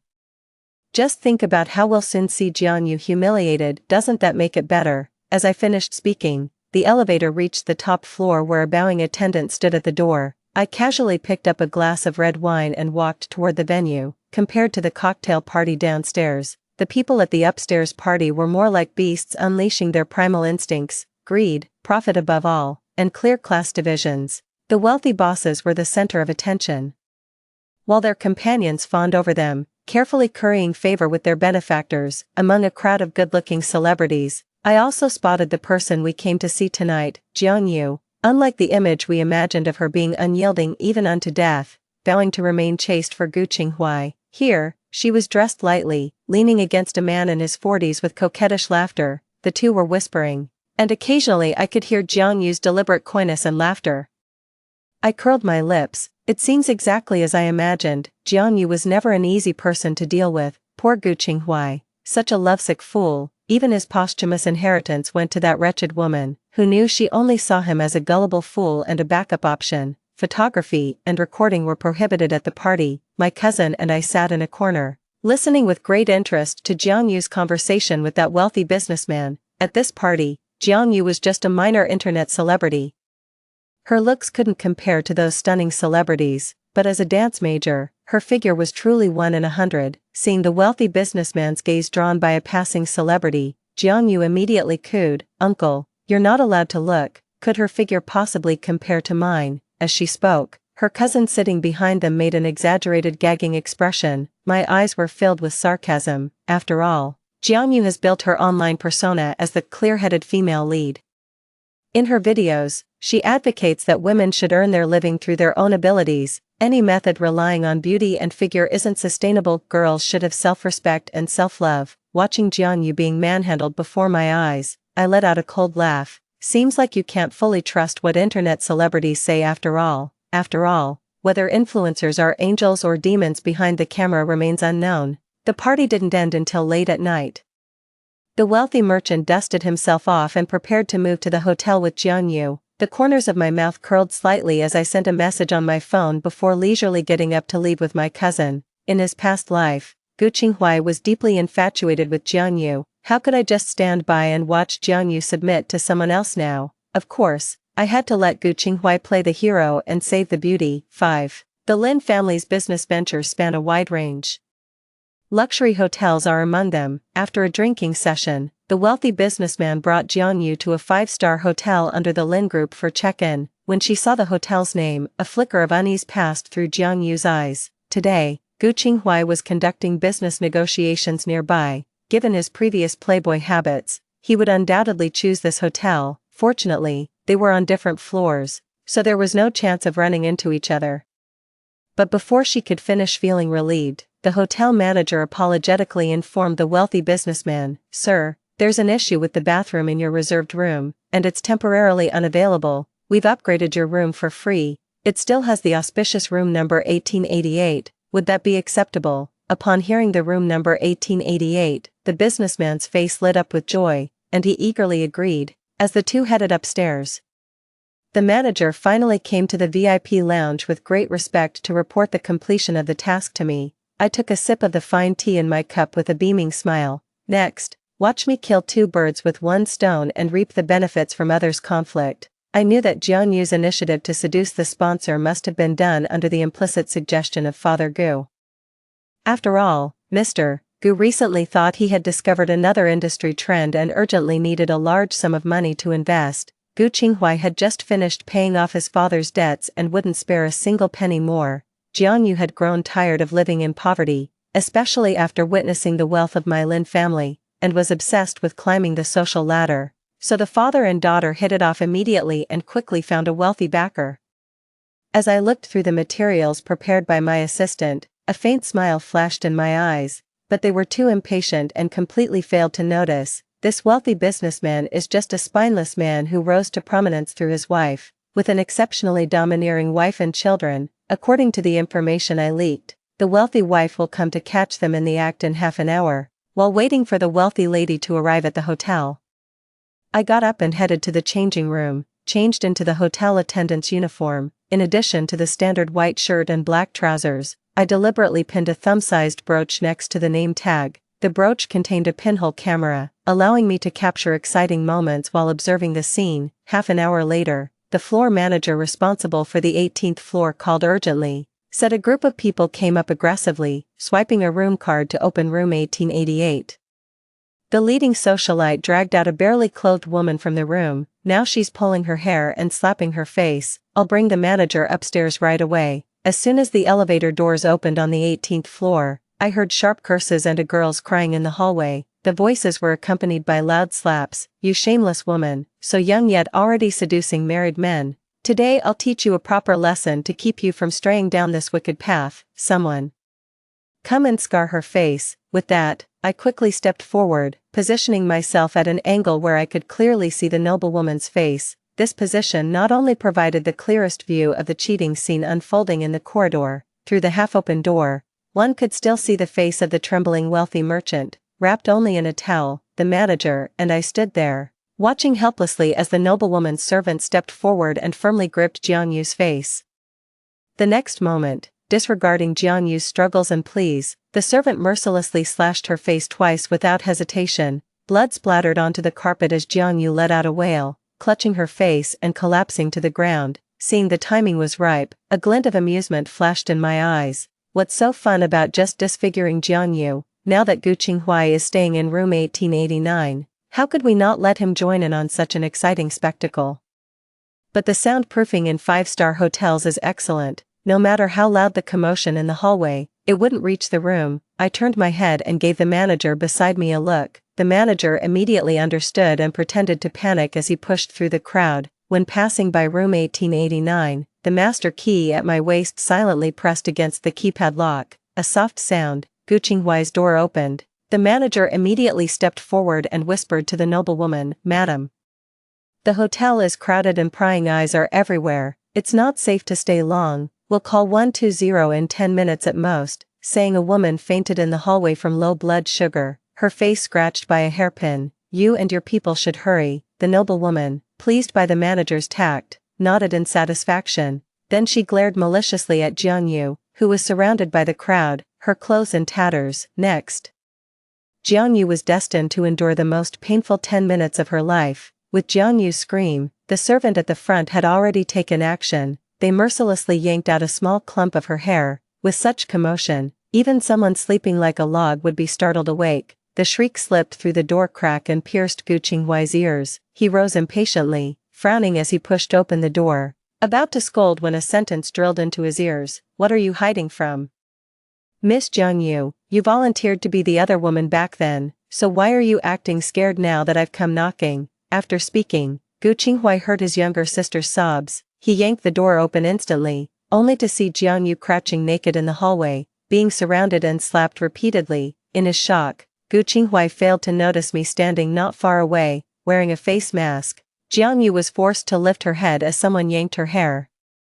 Catching a glimpse of Gu Qinghai's face in her peripheral vision, instantly clinging to him like a lifeline, she cried out with hope in her eyes, "Brother, come save me quickly." Gu Qinghai's pupils trembled violently. Just as he was about to speak, his business partner emerged from the room, looking at Jianyu on the ground with a puzzled expression. "Qinghai, is this your sister?" Hearing his friend's voice, Gu Qinghai suddenly snapped out of his daze as if waking from a deep dream.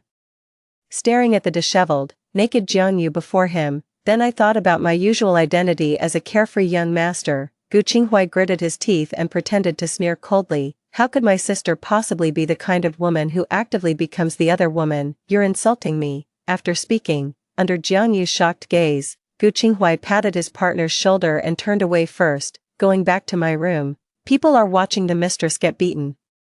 But I have a meeting tomorrow." 6. I stood coldly at the back of the crowd. I watched Jianyu get beaten for a full 10 minutes. By the time the crowd dispersed, Jianyu lay on the ground, covered in bruises. Apart from the facial wounds, the most severe injury was undoubtedly the leg fracture. That's because the manager had just whispered in the noblewoman's ear, "Madam, when you hit her, be careful of her legs. She's a dancer. Breaking her legs could cause trouble." The noblewoman's anger was instantly provoked. "What can a mere dancer do? I'm not afraid of some mistress. Beat her up." As soon as the servant finished speaking, the staff came down hard, striking Jianyu's calf and shin bone, instantly bending them into a grotesque curve. Jianyu let out a blood-curdling scream before completely losing consciousness. I turned and instructed the manager, "Call 120. And remember to send the bill to the Gu residence." The manager nodded. I took out my phone and condescendingly took 2 photos of Jianyu to send to my cousin. Happiness shared is happiness doubled. Good things are meant to be shared. Without her proud appearance and legs, Jianyu would most likely never be able to turn her life around in this lifetime. I didn't come to the hotel just to laugh at Jianyu's misfortune. Recently, the Lin Corporation has been bidding against the wealthy businessman who came to catch his cheating spouse. And the video footage I have of the affair is the best bargaining chip. After all, the public persona of that wealthy businessman is that of a filial, family-oriented, gentle and humble entrepreneur. The assistant sent me the documents for the upcoming bidding process. After I gave the final approval, we prepared to attend the bidding meeting with the team on Monday. I attach great importance to this bid, as it's the first major project I'll participate in since taking office. The wealthy merchant, relying on his status, only half-heartedly assigned a minor executive as the bid presenter during the tender meeting. The bid documents were also a complete mess, causing the leaders sitting across the table to shake their heads repeatedly. It was completely different from the Lin Group's approach. The outcome was undoubtedly predictable. The Lin family undoubtedly secured this project. Before leaving, that petty leader gave me a hostile look. Then sneered and forced out a sentence through gritted teeth. It seems the younger generation is truly formidable, Miss Lin. I smiled humbly, thinking to myself, I even have the VCR of your boss being caught in bed. Of course I'm formidable. Seeing my shameless behavior, the petty official was so angry his potbelly visibly swelled. He stormed off with his entourage in a huff. When I got home and told my father about it, he just waved his hand dismissively. Nothing to be afraid of. That family is in complete chaos right now. Didn't he get caught cheating a while back? Later when he returned home, he was diagnosed with a venereal disease. His children seized the opportunity to try dividing up their father's assets. Now they're in the middle of a huge fight. My eyes widened instantly, and I gasped in surprise. Father sneered, that shameless old lecher, still fooling around at his age, serves him right. Seeing the look of surprise and slight disappointment on my face, my father immediately caught on. What? That old bastard got caught, and you actually seem a bit disappointed, embarrassed. I confessed to Dad about secretly photographing the tycoon's wife catching him in the act. A flicker of delight flashed in Dad's eyes. After praising me briefly, he said, this scandal still happened at a hotel under our Lin Group's banner. When it blows up, we'll be their first suspect. Unless we're ready to burn bridges with that family. It's better to just use this to intimidate Jiangyu, not them, unless absolutely necessary. I nodded in understanding. Leave room for reconciliation, as you may meet again someday. My father, afraid I might take things too hard, patted my shoulder and said, but you did the right thing. Just remember to balance firmness with flexibility, never push things to the extreme, always leave some leeway. You're still young. I'll teach you these things gradually. 7. I initially thought the wealthy merchant would retaliate fiercely against me. Little did I know it was all thunder but no rain. Now that merchant is in the hospital praying to gods and Buddhas, just waiting for doctors to prolong his life. After taking over the project, I led the team to achieve significant results. The success of this project helped me establish my position within the company. At the group's quarterly review meeting, my father specifically praised the department I led. He credited me entirely for driving the department's profits to a record high this quarter. After the meeting ended, my father's assistant handed me a document. I opened it and took a look. It was a new project from a large company currently seeking collaboration, and it happened to align perfectly with my department, so it was assigned to us. But seeing the meaningful smile on my father's face as he left, I instinctively felt things weren't that simple. It wasn't until I received Gu Qinghuai's text message on my phone that I understood why I felt something was off. It was Gu Qinghuai inviting me out for coffee, and on my desk lay the documents my assistant had just delivered to me. On the competitor company's page, Gu Qinghuai's identity information was prominently displayed. I didn't know whether to laugh or cry. This was my father testing me, probing to see if I still had lingering feelings for Gu Qinghuai. After work on Friday afternoon, I packed up my things and went to the cafe. Gu Qinghuai was sitting with his classmates chatting, discussing topics about me. Seeing how nervous Gu Qinghuai looked, his classmate patted his shoulder and said with a laugh, "Don't worry, Lin Yuqing likes you so much, she'll definitely give you this business deal. If all else fails, just tell her that if she doesn't give it to you, you won't marry her. See what she does then." As soon as the words fell, I got up from the seat next to him, sneered, and slammed my bag on the bench. His classmate didn't expect me to be right beside him and was instantly mortified with embarrassment. But something even more embarrassing for him was about to happen. I used to like Gu Qinghuai and went out of my way to protect his fragile self-esteem. I set aside my pride as a wealthy heiress, wearing cheap shirts worth just a few dozen yuan every day, circling around Gu Qinghuai like a junior schoolgirl. So even though I was rich,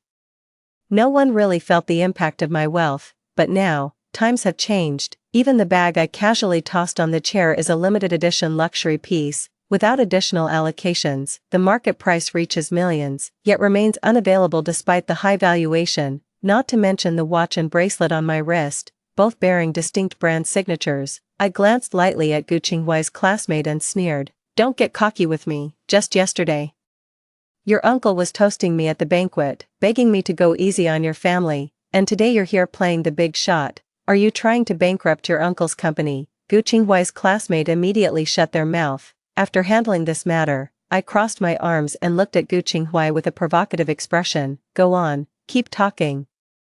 I was wondering why you still shamelessly cling to me even after I called off the engagement. Turns out you just want me to hand over my business to you. Is this the only low-life trick you men know? How pathetic can you get? As soon as she finished speaking, the two people opposite her flushed red as if slapped across the face. Gu Qinghai's classmate snapped sharply, Lin Yuqing, if you don't want to do business, fine. But don't insult people here. I let out a cold laugh and gave him a merciless look. Bai Yunjing, right, Gu Qinghai's close buddy from the upper bunk. No surprise you're cut from the same cloth. Not long ago, Gu Qinghai even talked about marrying off Jianyu, the sister you've had a crush on for years. To you, you were overjoyed and already acting like you're part of the Gu family, and you yourself are a down-to-earth, hard-working young master with no worries about food or clothing. Quite a suitable match indeed. The Gu family has really put in great effort to find such a fine son-in-law like you. Gu Qinghai's expression suddenly changed upon hearing my words. The smile in my eyes deepened. But do you know why you haven't even been able to see Jiangyu recently? Gu Qinghai immediately stopped me upon seeing my meaningful smile. Lin Yuqing, don't go too far. I slapped away his pointing finger and connected my phone to the cafe's projection screen. The video of Jiangyu kneeling naked on the hotel carpet being slapped began to play. I didn't even notice when the coffee shop had been cleared out by me. Apart from the three of us, there was only the owner standing behind the counter who didn't even look up. Bai Yunjing clearly saw the face of the person in the video, and his expression instantly became quite dramatic, along with the woman's curses, sobs, and footsteps in the video. I leisurely tucked the stray hair behind my ear and explained kindly, previously, Jiangyu voluntarily became a rich businessman's mistress for money, only to be dragged off the hotel bed by his wife and beaten while having her hair pulled. Your good friend Gu Qinghai happened to be staying next door and even watched the whole scene, but obviously, he chose to betray his friend by not telling you, wanting you to be the one to pick up the pieces. However, Jiangyu's face is now disfigured. And her legs are broken, completely ending her career as a dancer. Now, are you still willing? Is your Bai family still willing to accept her? After all, she's a sister he's lived with day and night. Just as Gu Qinghai was about to stand up and argue, I pressed him back onto the stool with one sentence. Oh, and here's some extra good news for you. The wealthy businessman Jiangyu was fooling around with was recently diagnosed with tertiary syphilis. My eyes curved into crescents. Next. It'll be your turn. After saying that, I immediately got up and left, leaving the two of them entangled in the coffee shop. According to my speculation, we're all adults here. Where do all these pure love warriors come from? Needless to say about Gu Qinghai, Bai Yunjing's deep devotion to Jiangyu definitely goes beyond just dating and holding hands, but the most unfortunate thing is, Bai Yunjing's family is in politics. He just passed the civil service exam and is now waiting for the medical checkup to secure his position. Even if syphilis is cured, it can still be detected in tests. Moreover, with the medical examination process imminent, it's too late for treatment now. For a family in politics, having a child involved in such a scandal would bring lifelong ridicule. His future is completely ruined. 15 minutes after I left the coffee shop owner called the police, reporting a violent fight in his store, the kind where people were beating each other to death. 8. Since that day we parted at the coffee shop, news came from the Bai family. Bai Yunjing, the second son of the Bai family, committed suicide the day before his physical examination. Immediately afterwards, news broke that the Bai and Gu families had severed ties. According to my father, who went to pay his condolences at the time, the Bai family was rather indifferent to Bai Yunjing's death. The eldest son of the Bai family didn't even shed a single tear, merely greeting guests with a cold expression. I let out a mocking laugh. This is a critical moment. If Bai Yunjing's scandal were exposed, the entire Bai family would surely face dire consequences. Therefore, sacrificing the pawn to save the king is the only choice. News from the Gu family soon followed. Gu Qinghai was diagnosed. He had no mood to deal with company affairs anymore. The bidding matter was entirely entrusted to the partner. Although Gu Qinghai's buddy was unreliable, the partner had genuine talent and knowledge, but even so, due to the incompetence of his subordinates, he became my defeated opponent. After the bidding concluded, I invited him to have a drink together. At the dinner table, I smiled gently. Why don't you consider joining our company? Or I could invest and collaborate with you. Let Gu Qinghai get lost in my past life. Gu Qinghuai and he parted ways early due to disagreements. He went abroad alone, caught the industry trend, and then rose rapidly, accumulated a considerable amount of capital in just a few short years. We bear no grudges against each other, so of course I must seize this opportunity to develop the Lin family business in this lifetime. The partner smiled faintly and readily agreed. After all, compared to Gu Qinghuai, with the ample financial resources and extensive connections of the Lin family behind me, there's no one like Gu's father to boss him around. He didn't share any particularly deep bond with Gu Qinghuai either. As fellow businesspeople, they quickly reached an agreement. Gu Qinghuai, having outlived his usefulness, was simply cast aside. Just as the Gu family was in complete chaos, Jianyu was found to be pregnant. With this child, Mr. Gu's petty schemes immediately resurfaced.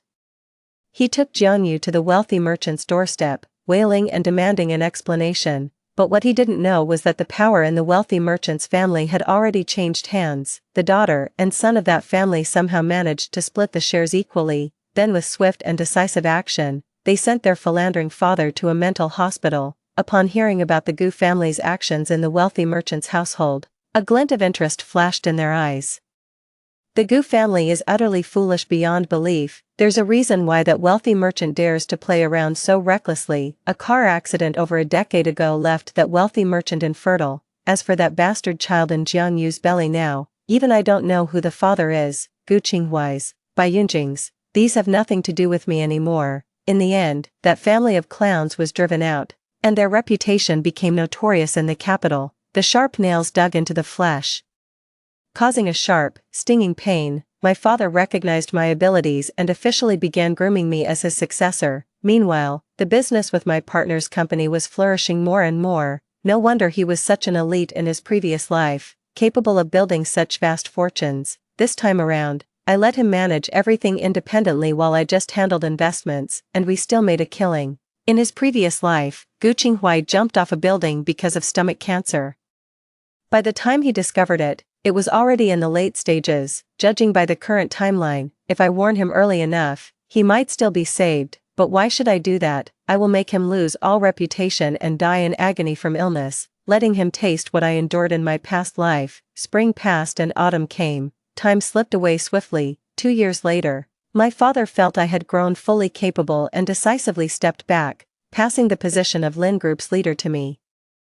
And I lived up to expectations, seamlessly taking the helm of the Lin Group's massive enterprise. My future will be brilliantly bright. Story 2. In my previous life, Jiangqi had cancer, and everyone kept it from me. In order to set me free, he started having an affair, verbally humiliating me and subjecting me to cold violence. I couldn't stand it anymore and finally agreed to the divorce. However, his friends stood on the moral high ground and told me about his good intentions and the truth of his cancer. In a state of collapse, I committed suicide out of love for him, but after my death, Jiangqi was saved. I watched him crying bitterly in front of my tombstone. Then, persuaded by his friends, he pulled himself together and married the woman he had an affair with. When I returned to the day of the party, Jiangqi jokingly said, "Let's get a divorce," instead of getting angry.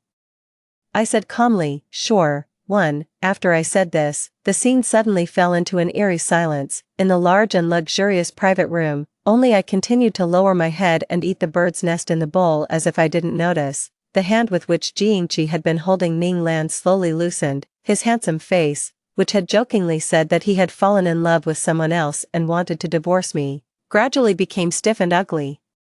He seemed to have never expected that I would say such a thing, or rather, he knew how much I loved him. So even if it was just a seemingly joking remark, I would take it seriously, get angry, and then start making a scene. How could I say the word yes so calmly? His friends, who each had their own ulterior motives, looked at each other in surprise. For a moment, the premeditated plan to watch me get angry, cry, and make a fool of myself shattered. The plot took a sharp 90-degree turn, catching these people off guard, but I wasn't very happy. I calmly scanned the faces of these people in front of me one by one. Finally, my gaze fixed on Ning Lan's beautiful and glamorous face. In my previous life, I regarded her as my best friend, but I had forgotten that she and Jiangqi were close friends who grew up together since childhood. No matter how much she had protected me and how loyal she had seemed in normal times, at the crucial moment, the knife she stabbed into my back was that much deeper and more painful. Ning Lan's expression became a little unnatural under my gaze. She instinctively glanced at Jingqi,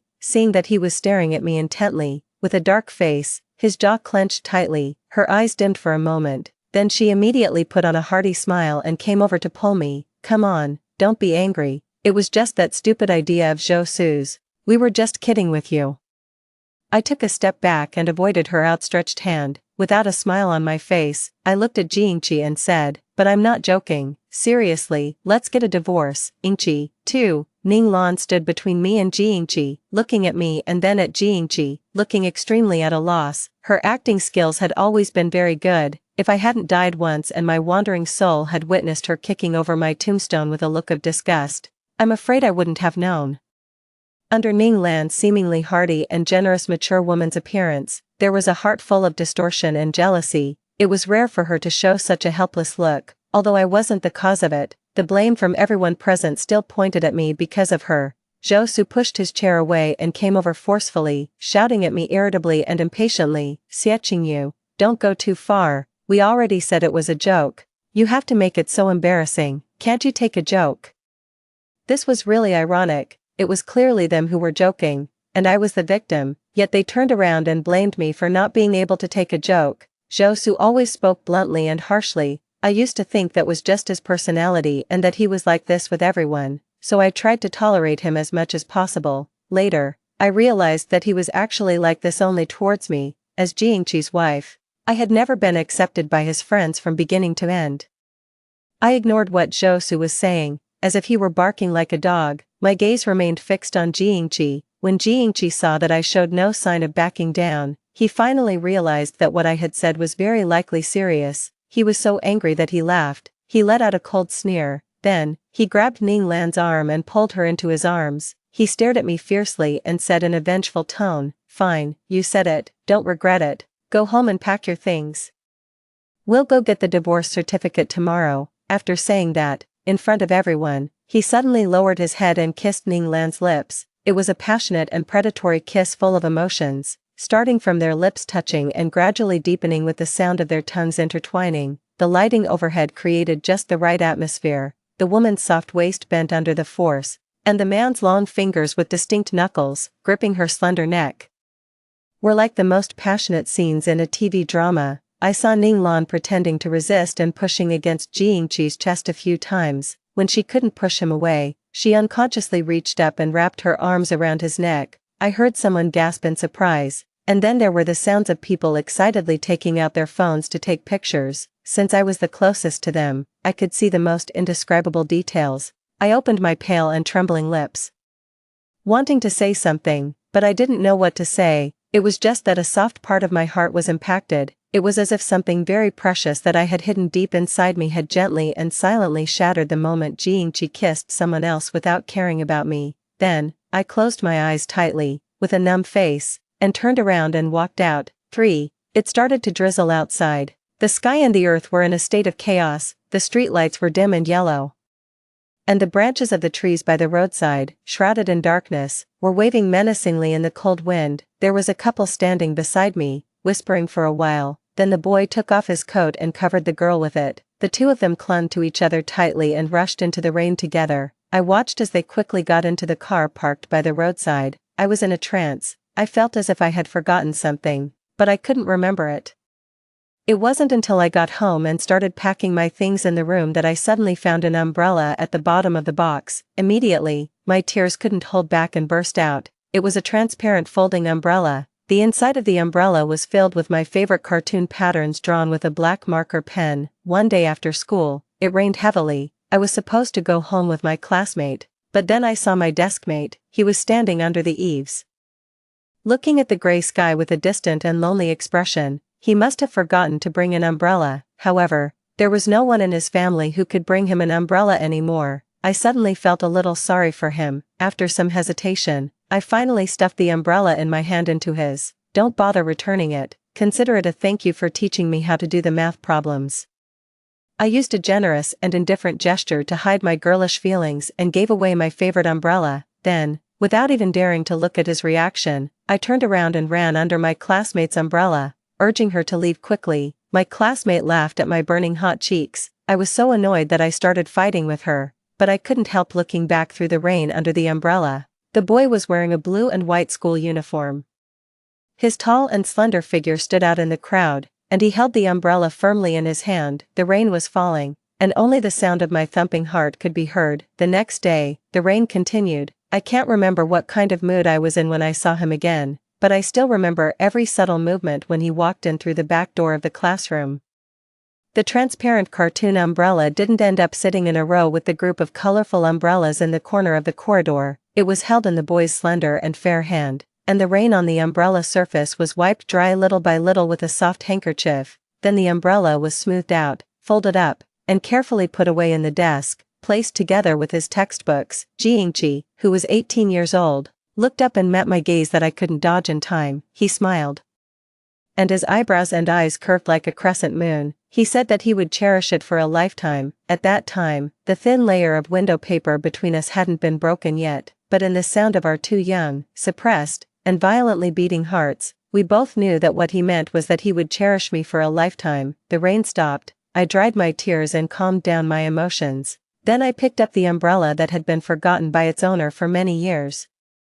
Its surface was old and yellowed, the cartoon drawings were blurred, and the frame had long since rusted and decayed, emitting a bad smell of deterioration. I looked at it and sat by the bed all night without sleeping, facing the night. I don't know how long it took, but the night faded away. A ray of dawn broke through the clouds, casting my figure in sharp black and white contrast. I moved my cold and stiff hands and feet, stood up, picked up the old umbrella, and threw it into the trash can. Then I dialed Jiangqi's phone number. The summer rain in my youth should come to an end. The phone rang many times before it was finally answered, but what came into my ears was a lazy female voice as if she had just woken up. "Hello, who is this?" She then yawned, but in my silence like still water, it seemed a bit deliberate. After a while, Ning Lan's voice sounded again. She said in a low voice, with a bit of apology and embarrassment, "I took the wrong phone, wait a moment, I'll wake Chi up."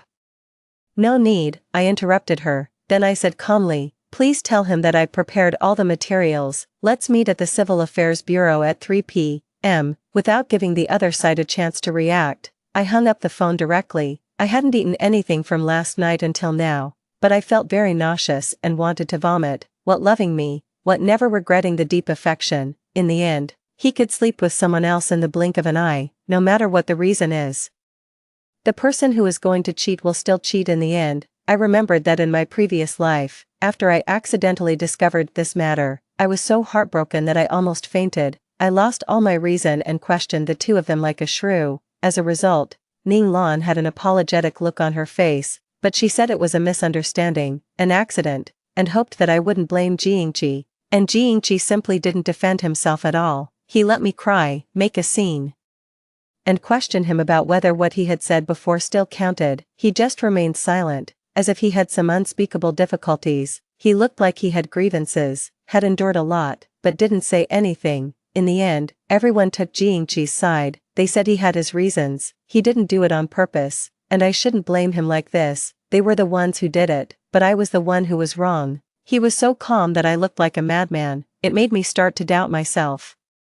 Was I really making too much of a scene? Was it my fault that I shouldn't have made unfounded accusations and slandered the pure friendship between him and Ning Lan for so many years? That was why Jiangqi acted on impulse and simply confirmed the already ambiguous relationship with Ning Lan. I was in a daze and finally agreed to the divorce, but after Jiangqi handed me the divorce agreement, his condition worsened when he went back. Zhou Su and the others seemed to be unable to stand it any longer and rushed in front of me to scold me, saying that I had stimulated him. He asked me if I knew that Jiangqi had done all this out of revenge just to not drag me down. Jiangqi and I were deskmates in our youth and entered marriage together from school. Jiangqi's parents had both passed away. I was his only family member. He knew that no matter what, I would never leave him, so he chose this extreme way to drive me away. It was not easy for me to accept the reality that he had an affair and no longer loved me, but Zhou Su and the others said that he had hurt me like this because he loved me too much. Originally, Jiangqi could have lived for 2 more years. Now, because I had made too much of a scene, his condition suddenly deteriorated. It was all my fault. I only had one mouth and couldn't argue with a group of them. In the end, I completely collapsed mentally. after taking a look at Jiangqi, who was unconscious in the intensive care unit. I rushed to the rooftop of the hospital and jumped off. Thinking about it now, I was really stupid. Given a second chance, I choose to set myself free and let go of everything in the past. However, I waited at the Civil Affairs Bureau for a long time. It was not until the staff got off work that Jiangqi finally showed up. 5. I wasn't feeling well and only woke up half an hour ago. Before I could ask him, Jiangqi took the initiative to explain. His breathing was uneven, and the collar of his shirt under the long trench coat was slightly messy. He didn't even have time to tidy his hair, which was fluffy and sticking up, as if he had just crawled out of bed. He looked at the already closed Civil Affairs Bureau, exhaled a breath. I couldn't tell if he was sighing or relieved. Then he turned to me coldly and said, "Let's make another appointment for a different time." There was no other way. I told him to contact me directly when he was free. And then I didn't want to say anything more and turned to leave, but Jiangqi suddenly said, "In the morning, you called me," and Lan Lan answered, "What did she say to you?" I was inexplicably angry at his probing tone. The resentment that had been building up in my chest for a long time suddenly erupted. I turned around and sneered at him, "Aren't you two lying in the same bed? Don't you know what she said?" Jiangqi paused. To my surprise, his expression suddenly softened like the melting of spring snow. It was as if he had confirmed something. He truly let out a sigh of relief. Rarely did he explain to me in a softened tone, "You misunderstood. I drank too much last night, and she sent me home. Since I wasn't feeling well, she stayed to take care of me because she was worried." Leaving aside how ridiculous his words sounded, given our current relationship, I didn't know why he still felt the need to explain this to me, but soon I understood. Right in front of me, Jiangqi suddenly coughed, and his face instantly turned a little pale. His handsome eyebrows furrowed tightly, as if he was in some pain, and he coughed several more times in succession. I couldn't tell if he was faking it or if it was real. Anyway, it had nothing to do with me. I turned around and left. There were rapid footsteps behind me, and Jiangqi grabbed my arm. His face was pale and ugly, and his jaw was tightly clenched.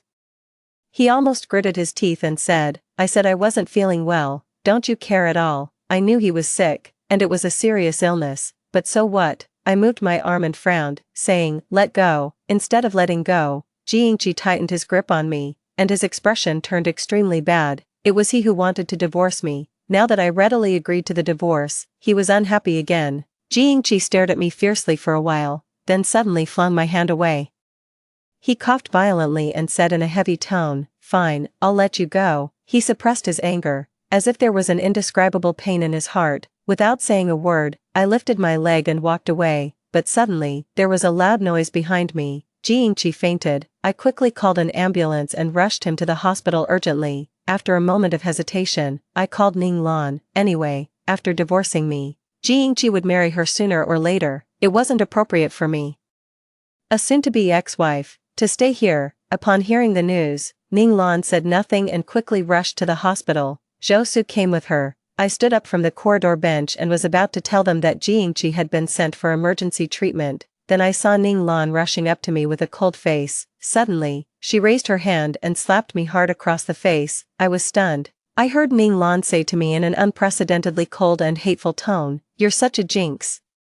Are you only going to be satisfied when you've killed him?" 6. I touched my numb cheek on the side that had been slapped. Feeling the sharp ringing in my ears, I raised my head and was about to fight back. However, Zhou Su was quick and stepped forward to give me a hard push, knocking me to the ground. He stood in front of Ning Lan and looked down at me. He angrily scolded, "You still have the guts to fight back, try hitting me." I propped myself up on the cold ground with my hands, trembling with anger. Just then, the light in the emergency room went out, and the doctor came out. Ning Lan couldn't be bothered to settle the score with me and immediately rushed forward. Zhou Su followed closely behind, but as he passed by me, he paused. Then, the expensive Italian handmade leather shoes on his feet stepped hard on the back of my hand that was propped on the ground. He was over 1.8 meters tall with firm muscles all over his body, and he almost crushed me with his entire weight. I cried out in pain and tears welled up in my eyes involuntarily. I looked up and glared at him, but I saw him standing under the ceiling light in the corridor, his silhouette blurred, with an extremely vicious sneer on his face. "If you have the guts, call the police." Like the breath of a devil, he taunted me silently with his lips. In an instant, I felt as if I had been dragged back into that dark period of my previous life when I was morally bullied and mentally collapsed. I felt as if icy cold water had been poured over my head, making me feel cold from head to toe. The thought of calling the police, which I had originally had, instantly vanished like ashes. I suddenly remembered that Zhou Su's family was extremely powerful. Calling the police was no different from directly calling Zhou Su and accusing him of the fact that he had bullied me. What else could I get besides a bout of ridicule? Previously, he might have been scruple of Jingqi.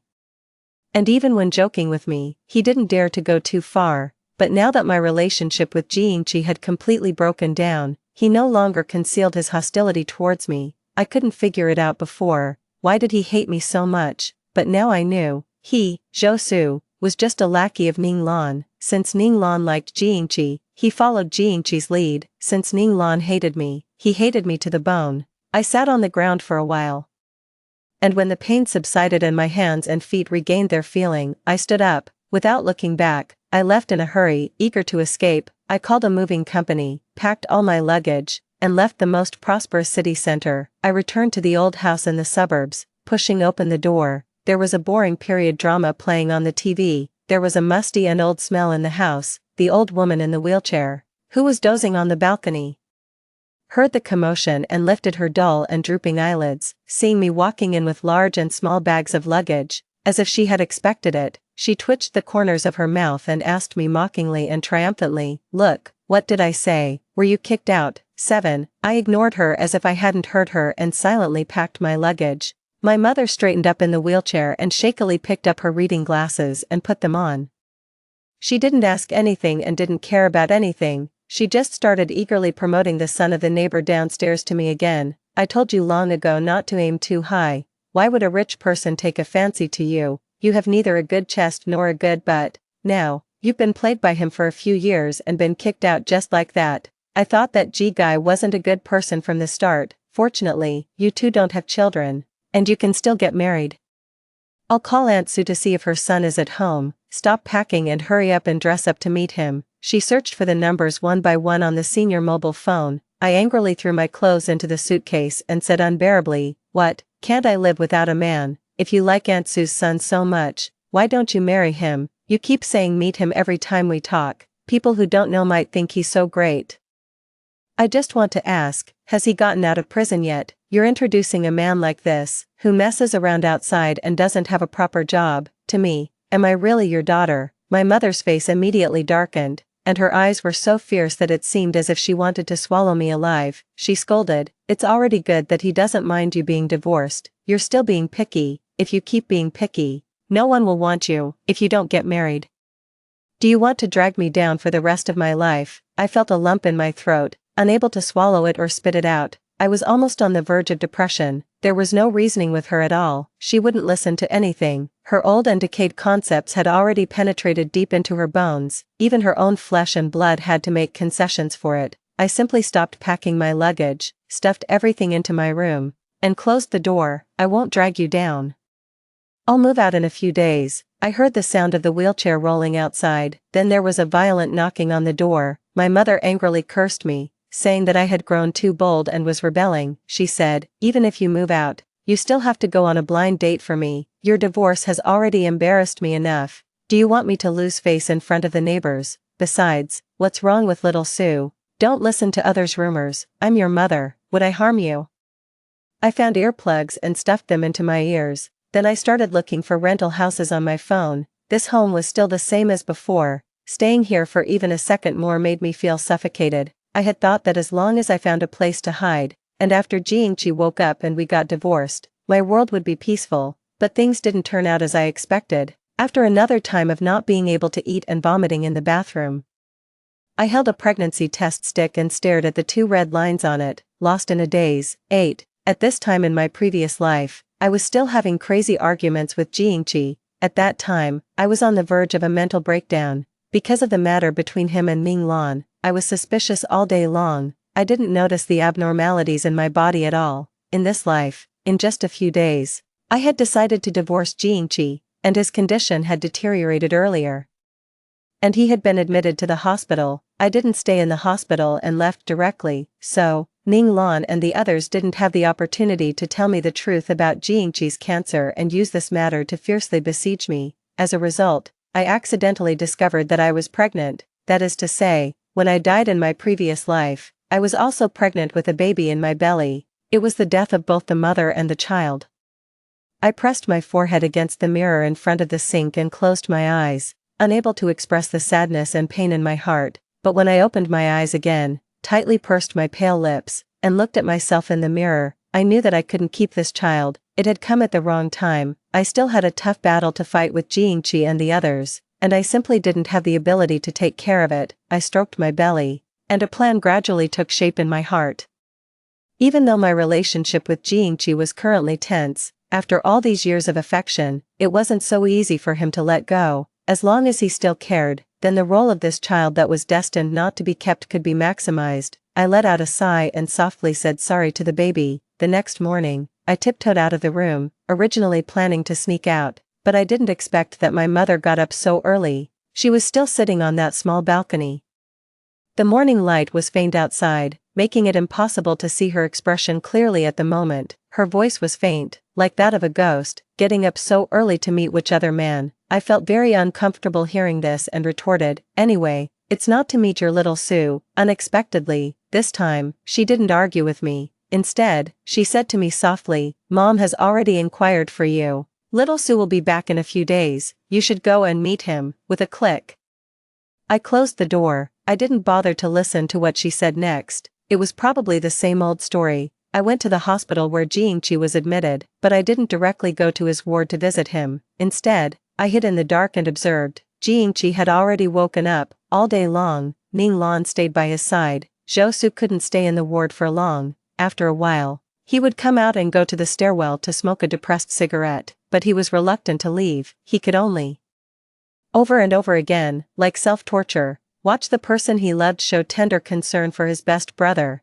At this moment, I walked down the stairs step by step, hearing the noise. Zhou Su looked up, seeing that it was me. Zhou Su immediately frowned. He exhaled a smoke ring and said in an unfriendly tone, "What are you doing here? Didn't you learn your lesson last time?" I stared at him and suddenly smiled. I said, "How could a young lady like Ning Lan be so cheap and know she's the mistress but still act as one?" Zhou Su's face instantly changed. He pointed at me, his expression fierce, and angrily said, "Watch your mouth." I raised my eyebrows and quietly approached him. I continued, "I've changed my mind. I'm not going to divorce Jiangqi. This way, she will never have the chance to take my place. But a loose woman like her is a perfect match for a shameless dog like you who licks others' boots."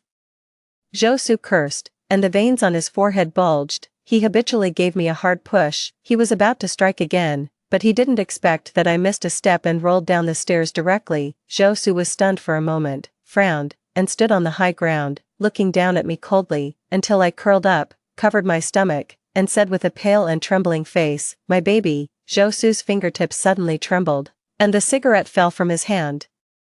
His entire face instantly turned pale with shock. 9. Despite seeking medical treatment in time, the baby couldn't be saved. This was inevitable. After all, just in case, I had taken the abortion pill before coming. When I opened my eyes, the first thing I saw was Jiangqi, wearing a hospital gown and with red eyes, sitting by my side. When he saw that I had woken up, he immediately sat up straight and wanted to hold my hand, but halfway through extending his hand, he let it drop dejectedly. His eyes were a little moist, and he said to me in a hoarse voice, "The baby is gone. We had always wanted to have a child of our own." For this reason, Jiangqi had started preparing for pregnancy a long time ago, reducing his company's social engagements, quitting smoking and drinking, and having regular physical examinations. It was through this examination that the problem was found. I showed a shocked and sad expression.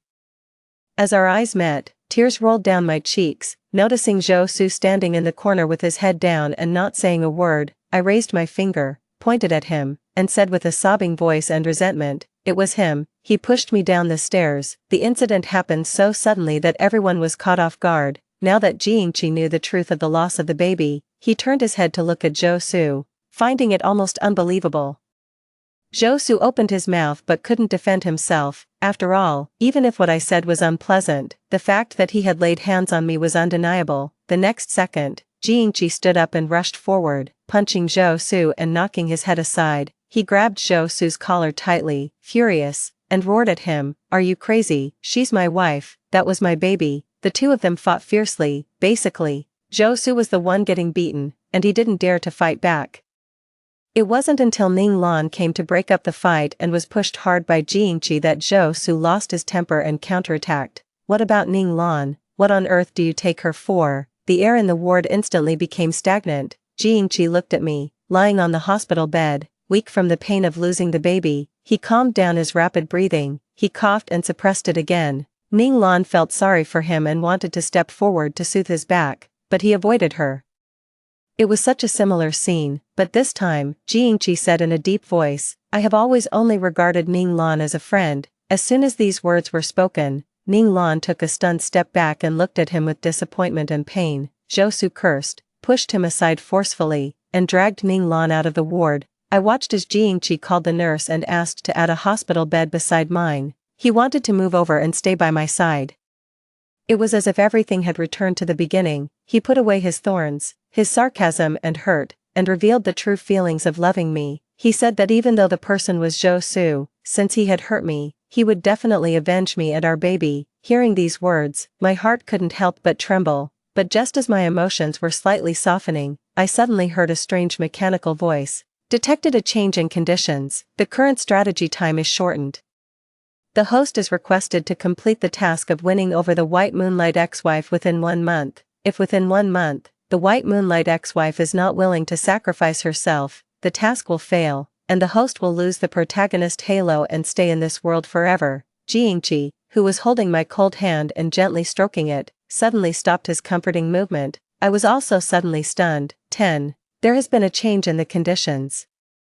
Jiangji murmured in a low voice. He seemed a bit puzzled, but immediately, he keenly noticed that something was wrong with me. He lifted his eyelids, and his deep eyes locked onto me tightly. He smiled and said gently, "What's the matter, baby?" This call of baby was strange. Connecting it to that strange voice just now, it was hard for me not to feel wary. I pulled my hand back from his palm. I met his inquiring gaze. I hesitated for a moment, then lowered my eyes and said in a low voice, "I'm tired and want to take a rest for a while." Jiangji stared at me for a while longer. Seeing that I really looked tired, he finally felt at ease. He gently covered me with the quilt and thoughtfully drew the curtains. From that day on, Jiangji moved into the same ward as me. He was a patient himself, yet he took care of me personally. Several times, the nurse wanted to persuade him and tell me about his condition, but Jiangji interrupted her.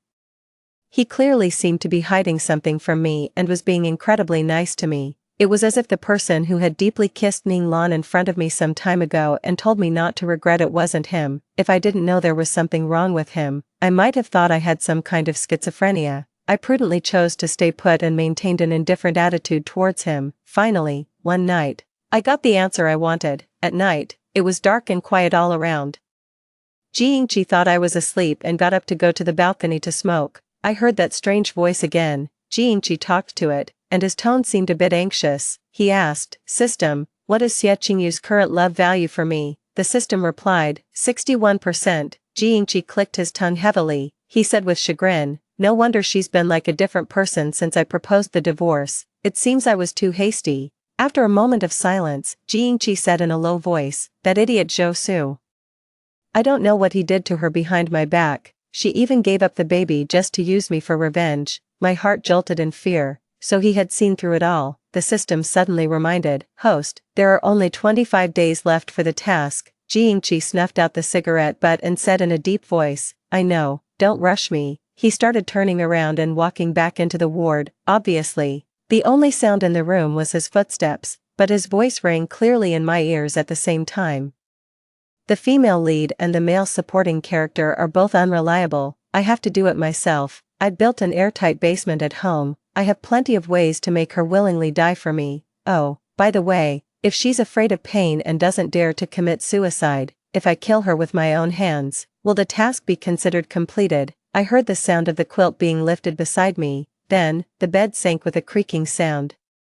The voice of the system also seemed to be ringing right inside my head. It said, "Yes, 11. Jiangji took away my phone. Normally, he wouldn't let me touch it on the grounds that he wanted me to have a good rest, until the next day, my phone suddenly rang a few times. Someone had sent me a message. Jiangchi had been peeling fruit. Hearing the sound, he picked up my phone and took a look. He raised his head and suddenly asked me with a half smile, "Wife, who is brother Sue? Why did he suddenly ask you to meet? It seems you've never mentioned him to me." I was startled, but I firmly suppressed my expression and calmly reached out my hand to him. "He's my cousin. We have a good relationship in the family. He moved to another place a few years ago, and we've had less contact, so I never told you about him. I guess he's stopping by to see my mom on his way back to our hometown." After hearing this, Jiangchi didn't suspect anything.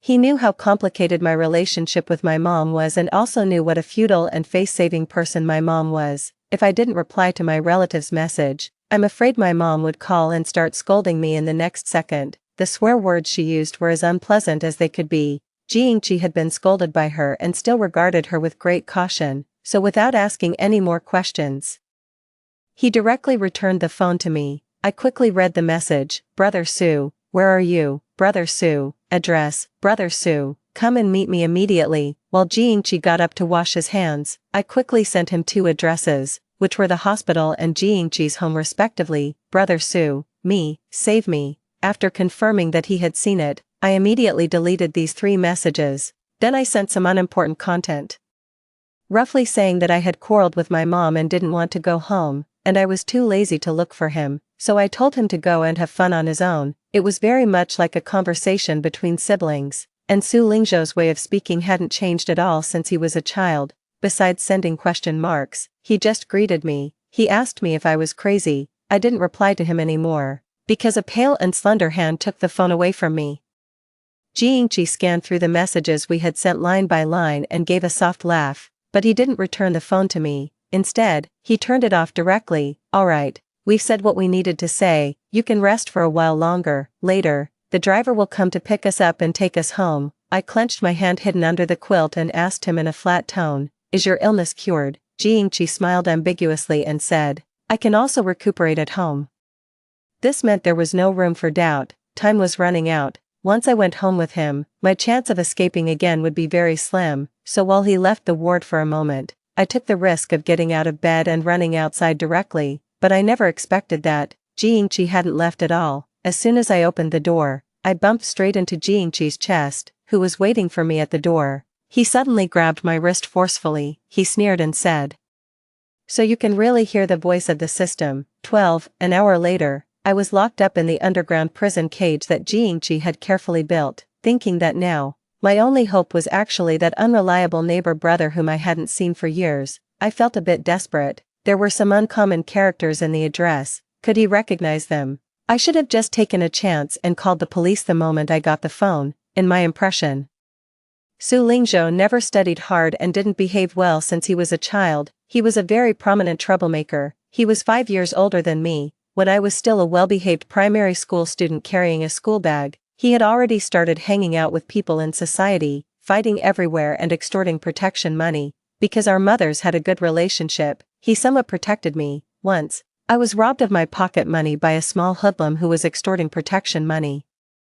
Su Lingzhou picked up a stick and chased the other person for 2 li. In the end, he not only got my money back but also took all the money the hoodlum had extorted and bought me candies with it. Later, I was admitted to a key high school and met Jiangchi. While he failed the college entrance examination and chose to drop out and go out to work, we never contacted each other again. After that, the rumors I occasionally heard about him were all bad.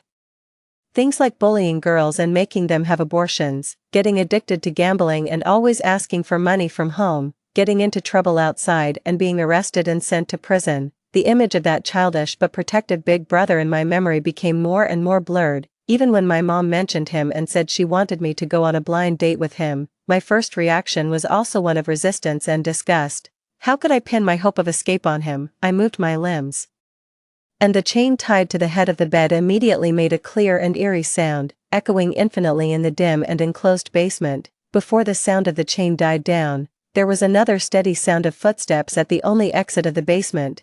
Jiangchi had changed into a set of home clothes. The soft beige sweater and gray casual trousers outlined his figure like a pile of jade. There was a faint smile on his lips, and the stray strands of hair on his forehead covered the sharpness of his eyes and eyebrows. making him look very gentle and harmless, but such a person wanted to kill me. He pulled over the only chair in the room and sat by my bedside. Then, he placed the thing in his hand on me. It was something he had rummaged out of my bag, a divorce agreement. My signature was already on it. Jiangqi looked at me, and his eyes seemed a bit sad. Still smiling, he said to me, "You have a bad temper and are stubborn. Before seeing this divorce agreement, I always thought that you agreeing to divorce me was just out of anger. Why, wife, do you really want to part with me?" As I listened, I just felt it was incredibly absurd and ridiculous. It was as if I was meeting the person in front of me for the first time. I stared at him and said word by word, "You're going to kill me. And you're still asking me if I want to part with you."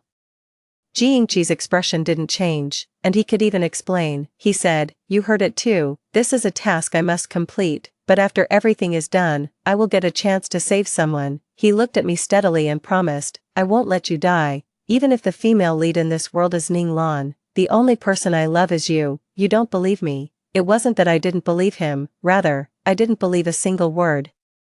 Did he still think I was an ignorant girl in my late teens who was easily deceived? Jiangqi let out a sigh. He said regretfully, "I really love you, but if you insist on going against me, I'll have to use more cruel means to achieve my goal." 13. From that day on, Jiangqi suddenly disappeared. There were footsteps on the steps again. A familiar man slowly walked in. It was Zhou Su. His eyes were blank, unable to focus, and his body movements were also a bit stiff.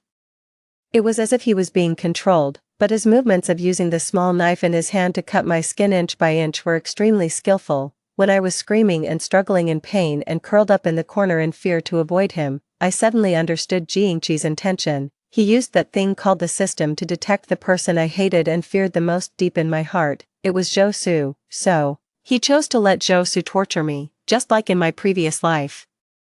He pushed me to the point of complete mental breakdown. After that, even if I knew clearly that Jiangqi was the mastermind, I would uncontrollably pray for his appearance to save me. Jiangqi knew me too well. We were classmates for 3 years, in love for 7 years, and got married right after graduating from university. To be a bit crazy, he even counted every single hair on my head one by one. With a subtle movement of mine, he would know what I was thinking. He and Zhou Su played the good cop and the bad cop, taking turns to wear down my psychological defenses bit by bit. He didn't show up, but every time I woke up after being tortured, I could see an item related to him that appeared in the room. More or less, it forced me to recall the beautiful memories I had with him when I was in pain. One day, I opened my eyes again, but I didn't see that devil Zhou Su. Instead, there was a cute doll placed by the bedside. There was also a note with neat and sharp handwriting that read, "How about having another baby, happy face?" The bright red blood flowed down my arm and soaked the already mottled and stinking bedsheet. My long hair was in a mess, my eyes were scarlet and swollen, and I stared fixedly at those words and the smiling symbol at the end. The last string that had been in my mind suddenly snapped with a sound of collapse. Ah, bang, the door above was kicked open violently. Someone took 3 steps at a time and jumped down the steps. "Sister." The scream stopped abruptly. I stared blankly at a man with a crew cut, wearing short boots and a black leather jacket, extremely tall, with handsome eyes and eyebrows but a fierce look, appearing in this turbid and dark basement. He was also taken aback when he saw my current appearance. Then, he gritted his teeth, took off his coat, carefully wrapped me in it, and said angrily, "Don't be afraid, brother will take you away." Click, the bullet was chambered behind Su Lingzhou. Jiangqi expressionlessly raised his pistol and aimed it at the back of his head. Su Lingzhou paused for a moment but didn't stop. He picked me up horizontally, turned around, and confronted Jiangqi directly. Without any fear, he stared at Jiangqi and said in a deep voice, "Do you think I came alone? I'll only say this once, get out of the way." Jiangqi didn't move at all. He knew the matter had been exposed, but he wasn't worried at all. He sneered and said, "She's my legal wife. The intimacy between us as husband and wife is none of the police's business. Even if they come, no one can take her away from me." Su Lingzhou was shocked by his brazenness. He tightened his arms around me slightly and gritted his teeth, saying, "Intimacy? You've heard her like this. What the hell kind of intimacy is that?" Seeing that the situation was at a standstill and Jiangqi refused to budge no matter what, Su Lingzhou forcefully suppressed his anger and coldly revealed a piece of news. It was like a thunderclap out of the blue, making my scattered consciousness condense into a line in an instant, as if pricked by a needle. "If you still consider her your wife, let us go, her mother is dying, you should at least let them, mother and daughter, meet for the last time. 14. Speaking of my mom, she always cared a lot about what the neighbors thought of us, but actually, except for Aunt Sue downstairs, she didn't have any friends at all. She was talkative, loved to scold people.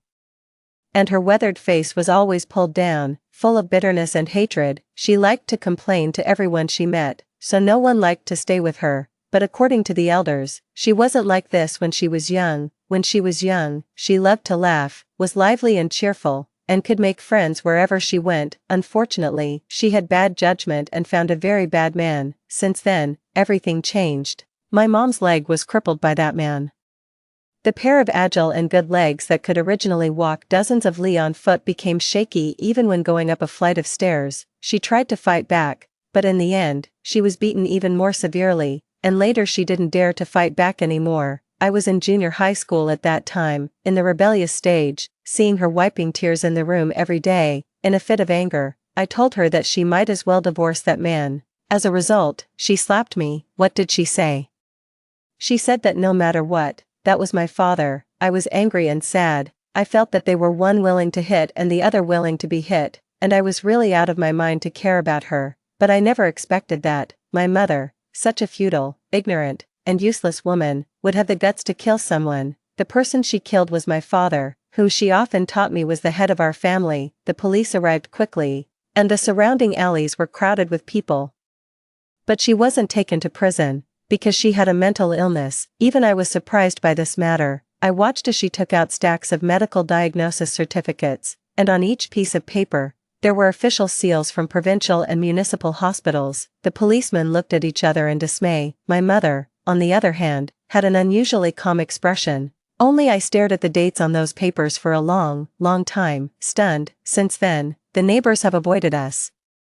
Mother and daughter, they said that it must be because my mother was unfaithful and was caught by my father, so she became furious and had the intention to kill. Otherwise, why had she endured being beaten for so many years? But this time she resisted so fiercely, they were afraid of her and looked down on her. They thought she was simply a time bomb and even filed various complaints with the neighborhood committee, forcing her to move out early. My mother turned a deaf ear to all this.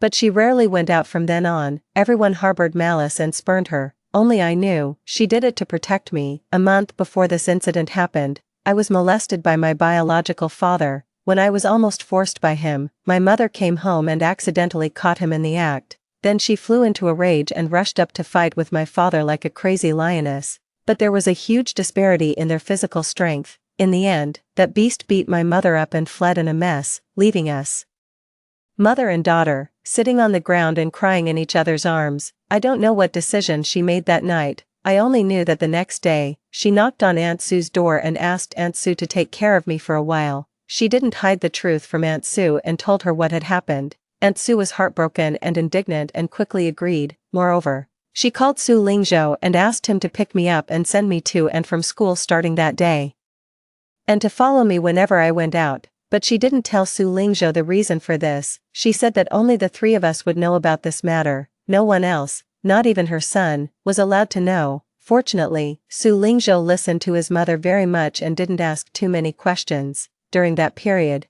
he even stopped participating in the gatherings of the small hoodlum gangs and really followed me honestly to protect me. After a month of peace, I stood in the middle of the crowd, dazed, watching the police come to the door and take my mother away. She was covered in blood at that time, but her expression was relaxed, even a little happy. She didn't lower her head but walked away openly with the police. Her eyes swept around the crowd. Finally, they landed on me. I saw her open her mouth slightly, and her voice gradually overlapped with the day when I fled home and was impatient to listen to her. She said, "No matter what, how could mother harm you?" 15. In the end, I didn't get to see her for the last time, and she didn't leave me a single word either, except for a property ownership certificate and a bank card with the savings she had accumulated for most of her life. These things were quietly and thinly placed on the coffee table in the living room. It was as if she was telling me this was all she could leave me. Take care of myself in the days to come. I seemed to have my soul pulled out,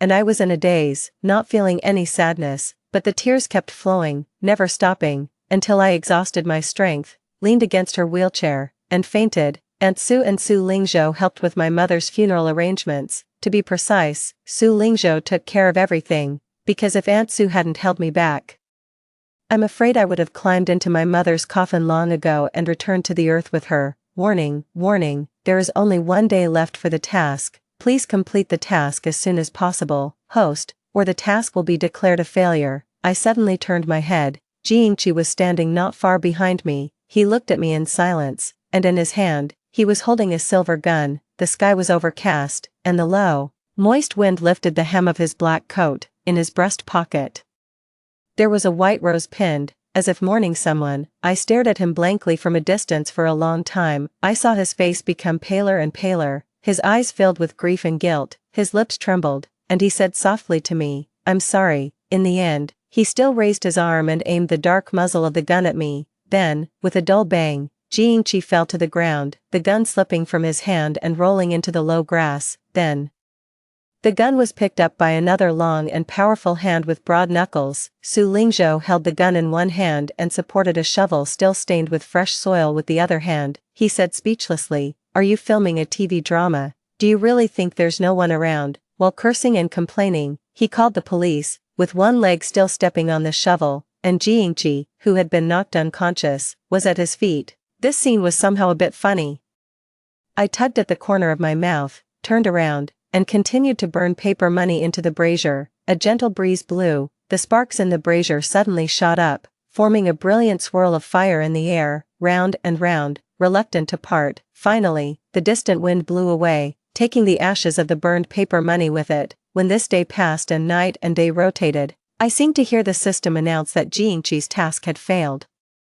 The divorce proceedings between him and me went very smoothly. Because of Su Lingzhou's testimony and the conclusive evidence of the basement, Jingqi was accused of attempted murder and abuse of his wife. At the same time, his company declared bankruptcy, all his assets under his name were frozen, and the matter of his illegal possession of a firearm was also brought to court. It was as if his protagonist Halo had really disappeared. This time, Ning Lan chose to ignore his plea for help.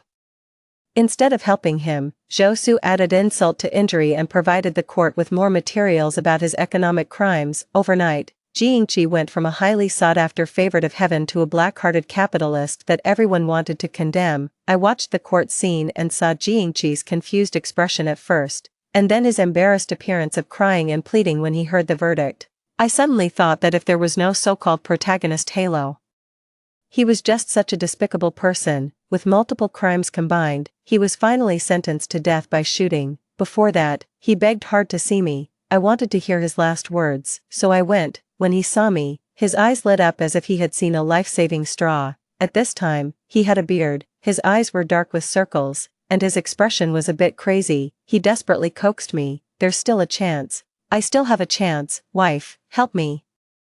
The system is willing to give me another chance, as long as you help me. Listen to me. I've cleared many copy worlds, I've been an emperor and a god. As long as you help me, I can take you to any of the worlds I've cleared to enjoy a good life. Don't you love me? Please help me." Okay, I had always been wary of that mysterious system. I asked him cautiously, "How do you want me to help you?" Jingqi suddenly leaned closer and said eagerly, "My protagonist Halo has disappeared.